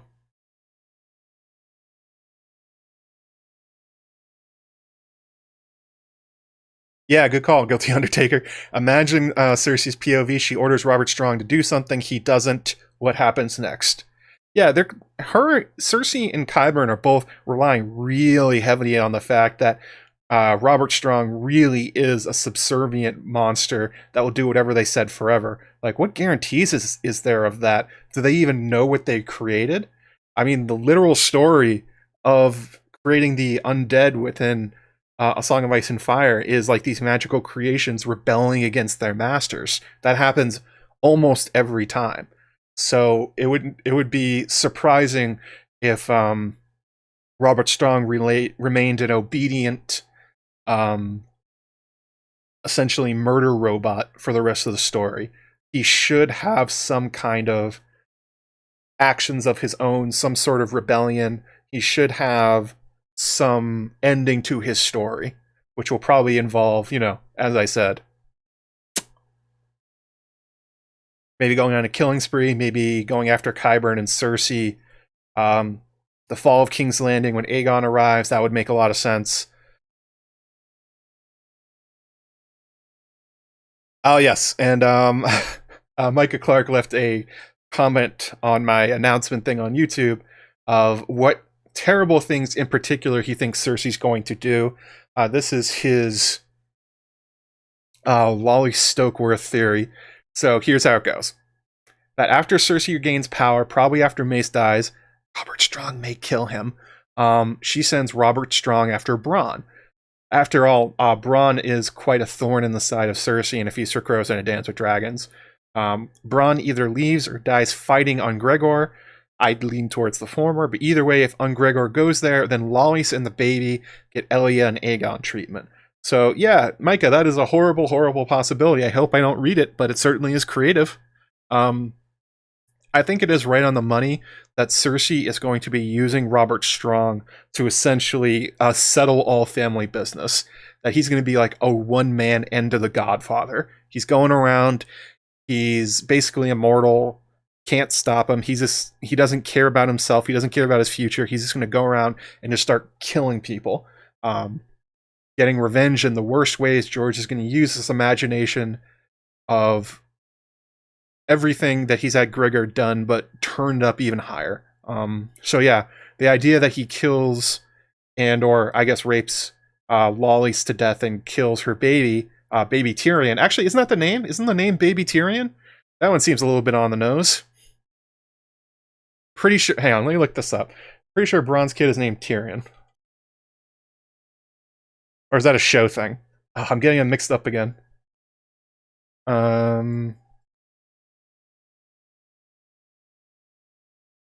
No, that's a show thing. Damn it. That would have been so good. If the baby's named Tyrion in the books, that would be on the nose.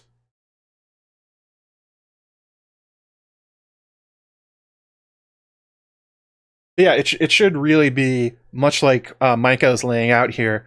Cersei enacting the full width of her revenge and cruelty, using Robert Strong as the tool to do it. That's a book thing? Oh yeah, if it's named Tyrion, Cersei's 100% sending Robert Strong to kill that kid. This is going to be like top of her list. Tyrion Tanner in the books. Okay. And, this is actually something that Guilty Undertaker brought up. He had a question about sort of the thematics of Sir Robert Strong, and he said, we have a coming invasion of the dead from the north, with the others and their whites in some spans effectuated that Euron is playing the resurrected dead from his coming battle with the Red Wine Fleet to attack Old Town. Is Robert Strong a one-off, or is Qyburn playing to make his own army of the dead? If this is like a potion or something, if Qyburn has figured out how to do this, yeah, there is really nothing stopping him from making more Ungregors, making more Robert Strongs out there, an entire army of his own undead. Although it may have to do with maybe like a unique interaction between the poison of Oberyn and whatever he did. But I think it's certainly possible that this is not the last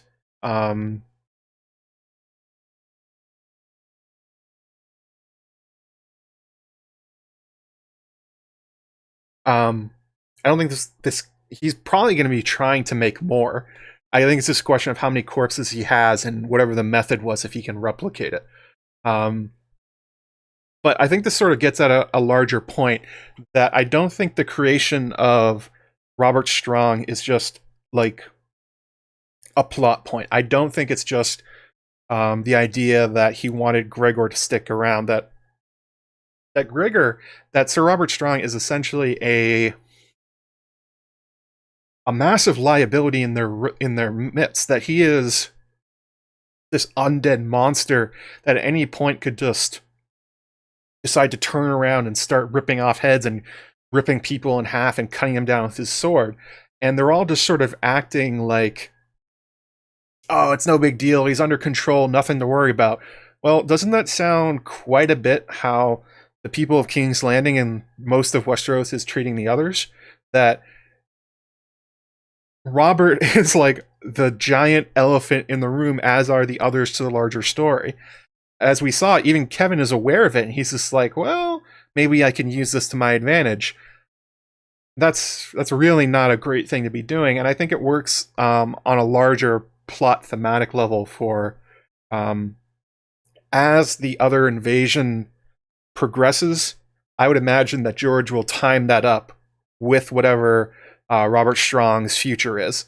If like as I think, who was it in the chat? Somebody said earlier up that if the wall comes down, maybe Robert Strong goes nuts. I wouldn't be shocked if George correlates those two actions. That oh, it isn't it isn't Bronze Child? Oh, okay. Oh,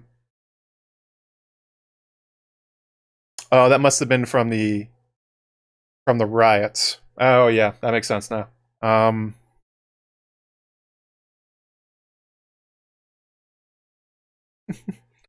don't think you're on the wrong track though, Micah. Like, thinking of creative, horrible things to do to characters is what George does. That's like most of his books.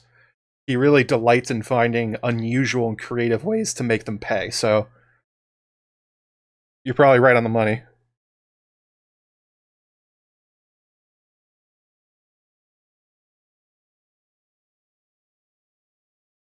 Oh, good call. Sawyer K says, if the poison does have something to do with the undead state he's in, he does end up turning on Cersei and company, that could be Oberyn's final revenge. Great point. Yeah, that could be it. If they lose control as he gets closer and closer to death. And that is sort of another weird thing that's going on with Gregor.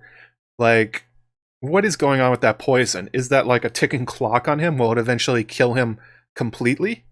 Not really sure. Bronze stepson. Okay. That makes sense. Let's see here. So I only have a little bit of time left. I have to do stuff after this for once. I can't just sit in my chair and watch Radio Westeros and decompress. So if you guys have anything that I missed, anything that you want to ask me, fire away. Hit me with your best shot. At me, bro. And I'm gonna scroll up and see if I missed any. Oh, thank you for the $5 super chat and the #1 Shiba from Aaron Sapaki. Thank you very much. Appreciate it. Yeah, there's a hurricane that's going to hit where I live in the next 24 hours, so we have to get ready for that. Let's see here. Yeah, I do think, in a larger sense, that you should be viewing Robert Strong as a symbol in King's Landing of the rising threat of the others. The longer he's there and the more Cersei gets him to do things, the more he's going to probably get closer to being out of control and end up becoming a threat that they thought that there was no problem. Like, I think there's a big parallel to be made between the way people of Westeros treat the Wall and however Qyburn and Cersei think they're controlling Gregor. At some point, that's going to break, and the consequences are probably going to be quite horrific. George has set up that Gregor is basically the walking embodiment of horrible things in the story.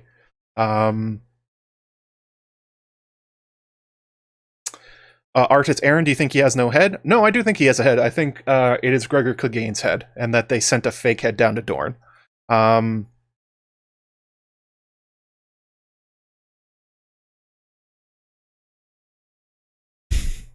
Lady Catherine, the Fate Queen. I feel like a lot of this got away from George. I think we were all reading too much into it. Robert Strong may or may not be alive. I don't think he's actually undead.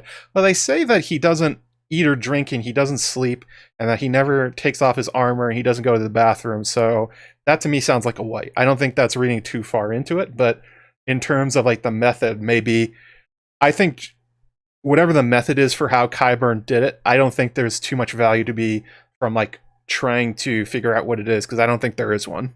It's just like, I wanted Gregor to come back to life, so George wrote it, so he did. And somehow Qyburn knows how to do it. Let's see here. Guilty Undertaker, zombie attacks on the north, east, and west. Zombie attacks everywhere. Zombies attacking from everywhere, yeah.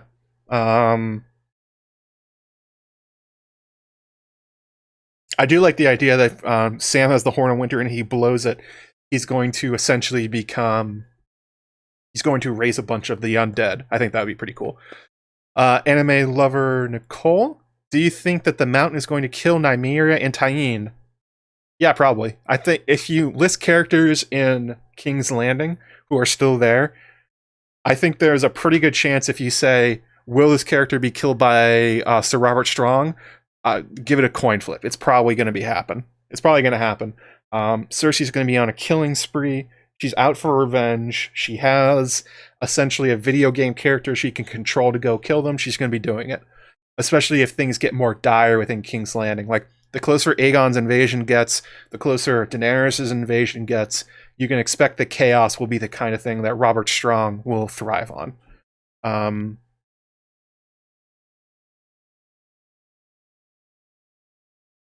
Did I mention the Red Wedding? Oh, Radio Westeros. Yeah, they put out with History of Westeros, Dance of the Dragons Part 4. They debuted it last night. It was really good. If Qyburn knows how to make more Gregors, why doesn't he, says Jasper. Well, he may not have been lying about the fact that he wants to know what Oberyn poisoned Gregor with, because if a key part of how he made Robert Strong has to do with that poison and then whatever else he did to him, then he may not be able to replicate it without whatever poison thing Oberyn made. Like, it could be quite literally true that Ungregor is a dark miracle, the only one of its kind, and that Qyburn can't recreate him because he doesn't know how he did it. That's also very much a possibility. The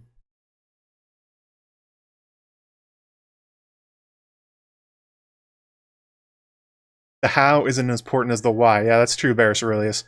Let's see here. Oh, this is your first time live, Aaron? Oh, I'm glad you got to join us. These are a lot of fun. I swear I'm going to be talking about more, like, current A Song of Ice and Fire stuff in the future. Like, I know I've been sort of on a tear talking about Fire and Blood and House of the Dragon, kind of preparing for when that show comes out, but, you know, it's always good to have a little veer and swerve a little bit. I thought the others can only control those they themselves kill. I don't think that's true. I think they can raise anybody from the undead that they come across. They may not be able to control other undead, like it doesn't seem like they can control cold hands. They probably can't claim somebody else's undead, but I think they can turn any corpse into one.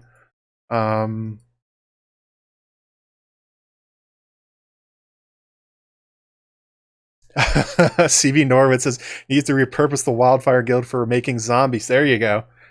Wildfire powered zombies. That's what he is. They put wildfire in his veins. Actually, wouldn't that be cool? And at one point, like, Robert Strong will just explode in green flame. Heads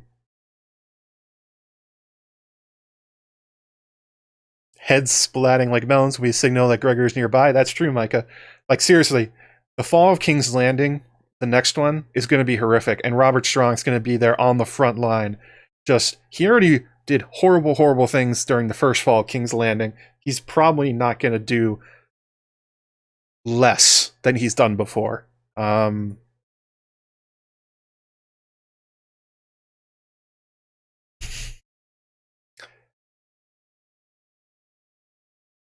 Although somebody further up, they made the comparison that maybe that'll be the fate of young Griff. Yeah, he's claiming to be the kid that Gregor supposedly splatted against the wall, so that's also a definite possibility. That Cersei will use Robert Strong to take out young Griff. I think there's good reason to think that Daenerys will do it, but I would not be shocked if George decides Robert Strong is the better way to do it.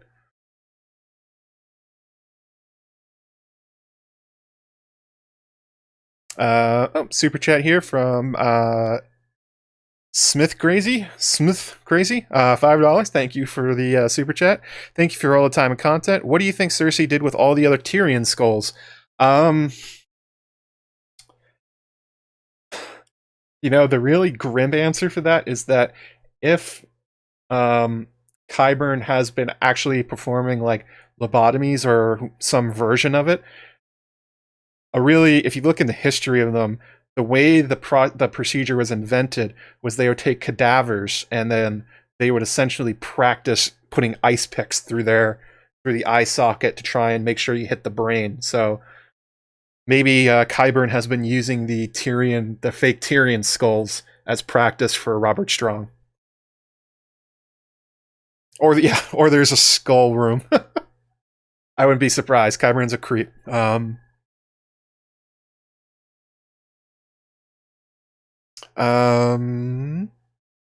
Lady Catherine, the Fae Queen.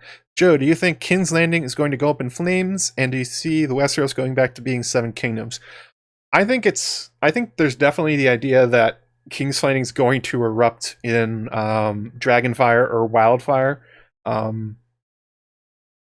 I've heard suggestions that Cersei's going to blow up King's Landing to essentially pull an Ares. The idea that she's going to echo his she's going to say essentially the same line and be like, let them be queen or king overcooked meat or something like that. I think that's on the table. I also think Dany's showing up with dragons and there's wildfire caches all over the place. So I think one way or another, we're going to see a really big fire within King's Landing. I don't think you bring 3 dragons into the narrative to not see them burn down a city, basically. I mean, even if you disagree with Daenerys' motivations from the show for why she did it, those are Chekhov's dragons. We've seen over and over and over again that George used them in his history to burn down like Harrenhal. He burned down castle after castle in Dorne, the Field of Fire. They're going to be used, and King's Landing is basically a powder keg. Chekhov's dragons. What was the other question? The other part of it. Do you see Westeros going back to being 7 kingdoms? It depends who's ruling in the end. Well, Bran's going to be king in the end. Will he let the North go free? I don't know. I think we need more insight into where Bran is at the moment and how he gets to being king of the 7 kingdoms to answer if he's going to let Cersei go. I think he's definitely going to keep control of the other 6, but the point of King Bran is that he's a supernatural like god king sort of thing, that he's going to take control and basically like never let go again, either from himself or through the Weirwoods controlling him, that kind of thing, or whatever's going on with them. So I think the rise of Bran as king is more the start of a new, like a Weirwood empire sort of thing, and less it's going to be an expansion of royal power and not a lessening of it, basically. That's kind of what I think. I don't know if he would let the North go like show Bran did with Sansa, but it may be in the end that Bran thinks it doesn't matter because he's going to control them anyway. I mean, he's a sorcerer king, so the rules will not apply to his choices.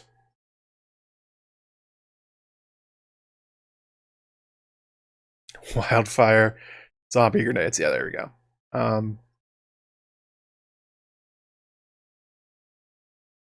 Dany in the show was a mentally unstable serial killer.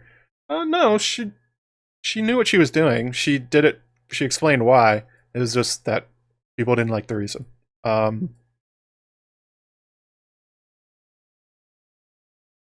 she was doing it to essentially she was using it as Harrenhal, where she was going to use that as a dramatic example to make sure nobody else resisted her again. That was her explanation, which is a Targaryen thing.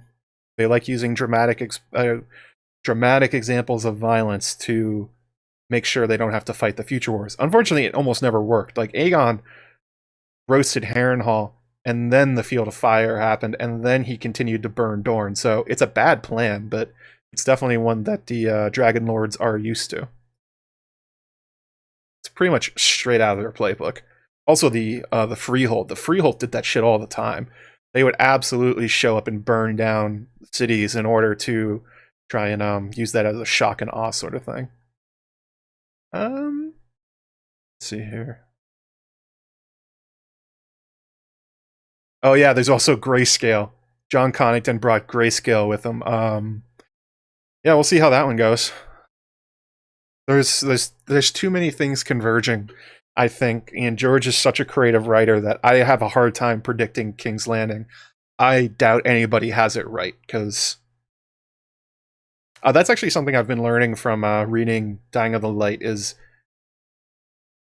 even if you know his patterns and what you think is going to happen, he has such a creative mind that it is extraordinarily hard to pinpoint exactly what he's going to do.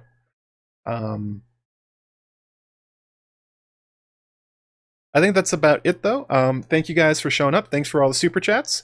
I'm going to go ahead and set Dying of the Light Chapter 4 to public, so I'm going to drop this link in the chat. Any of my patrons on the $5 and up level, you guys can go watch it right now.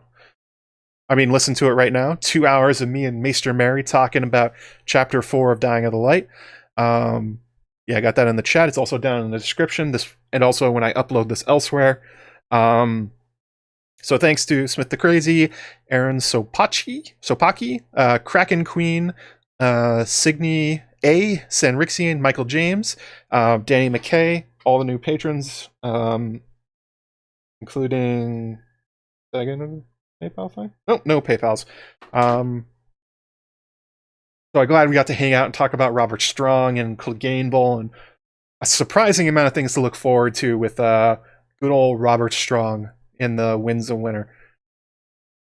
So, yeah, I'll see you guys all next week, and you have a good Saturday.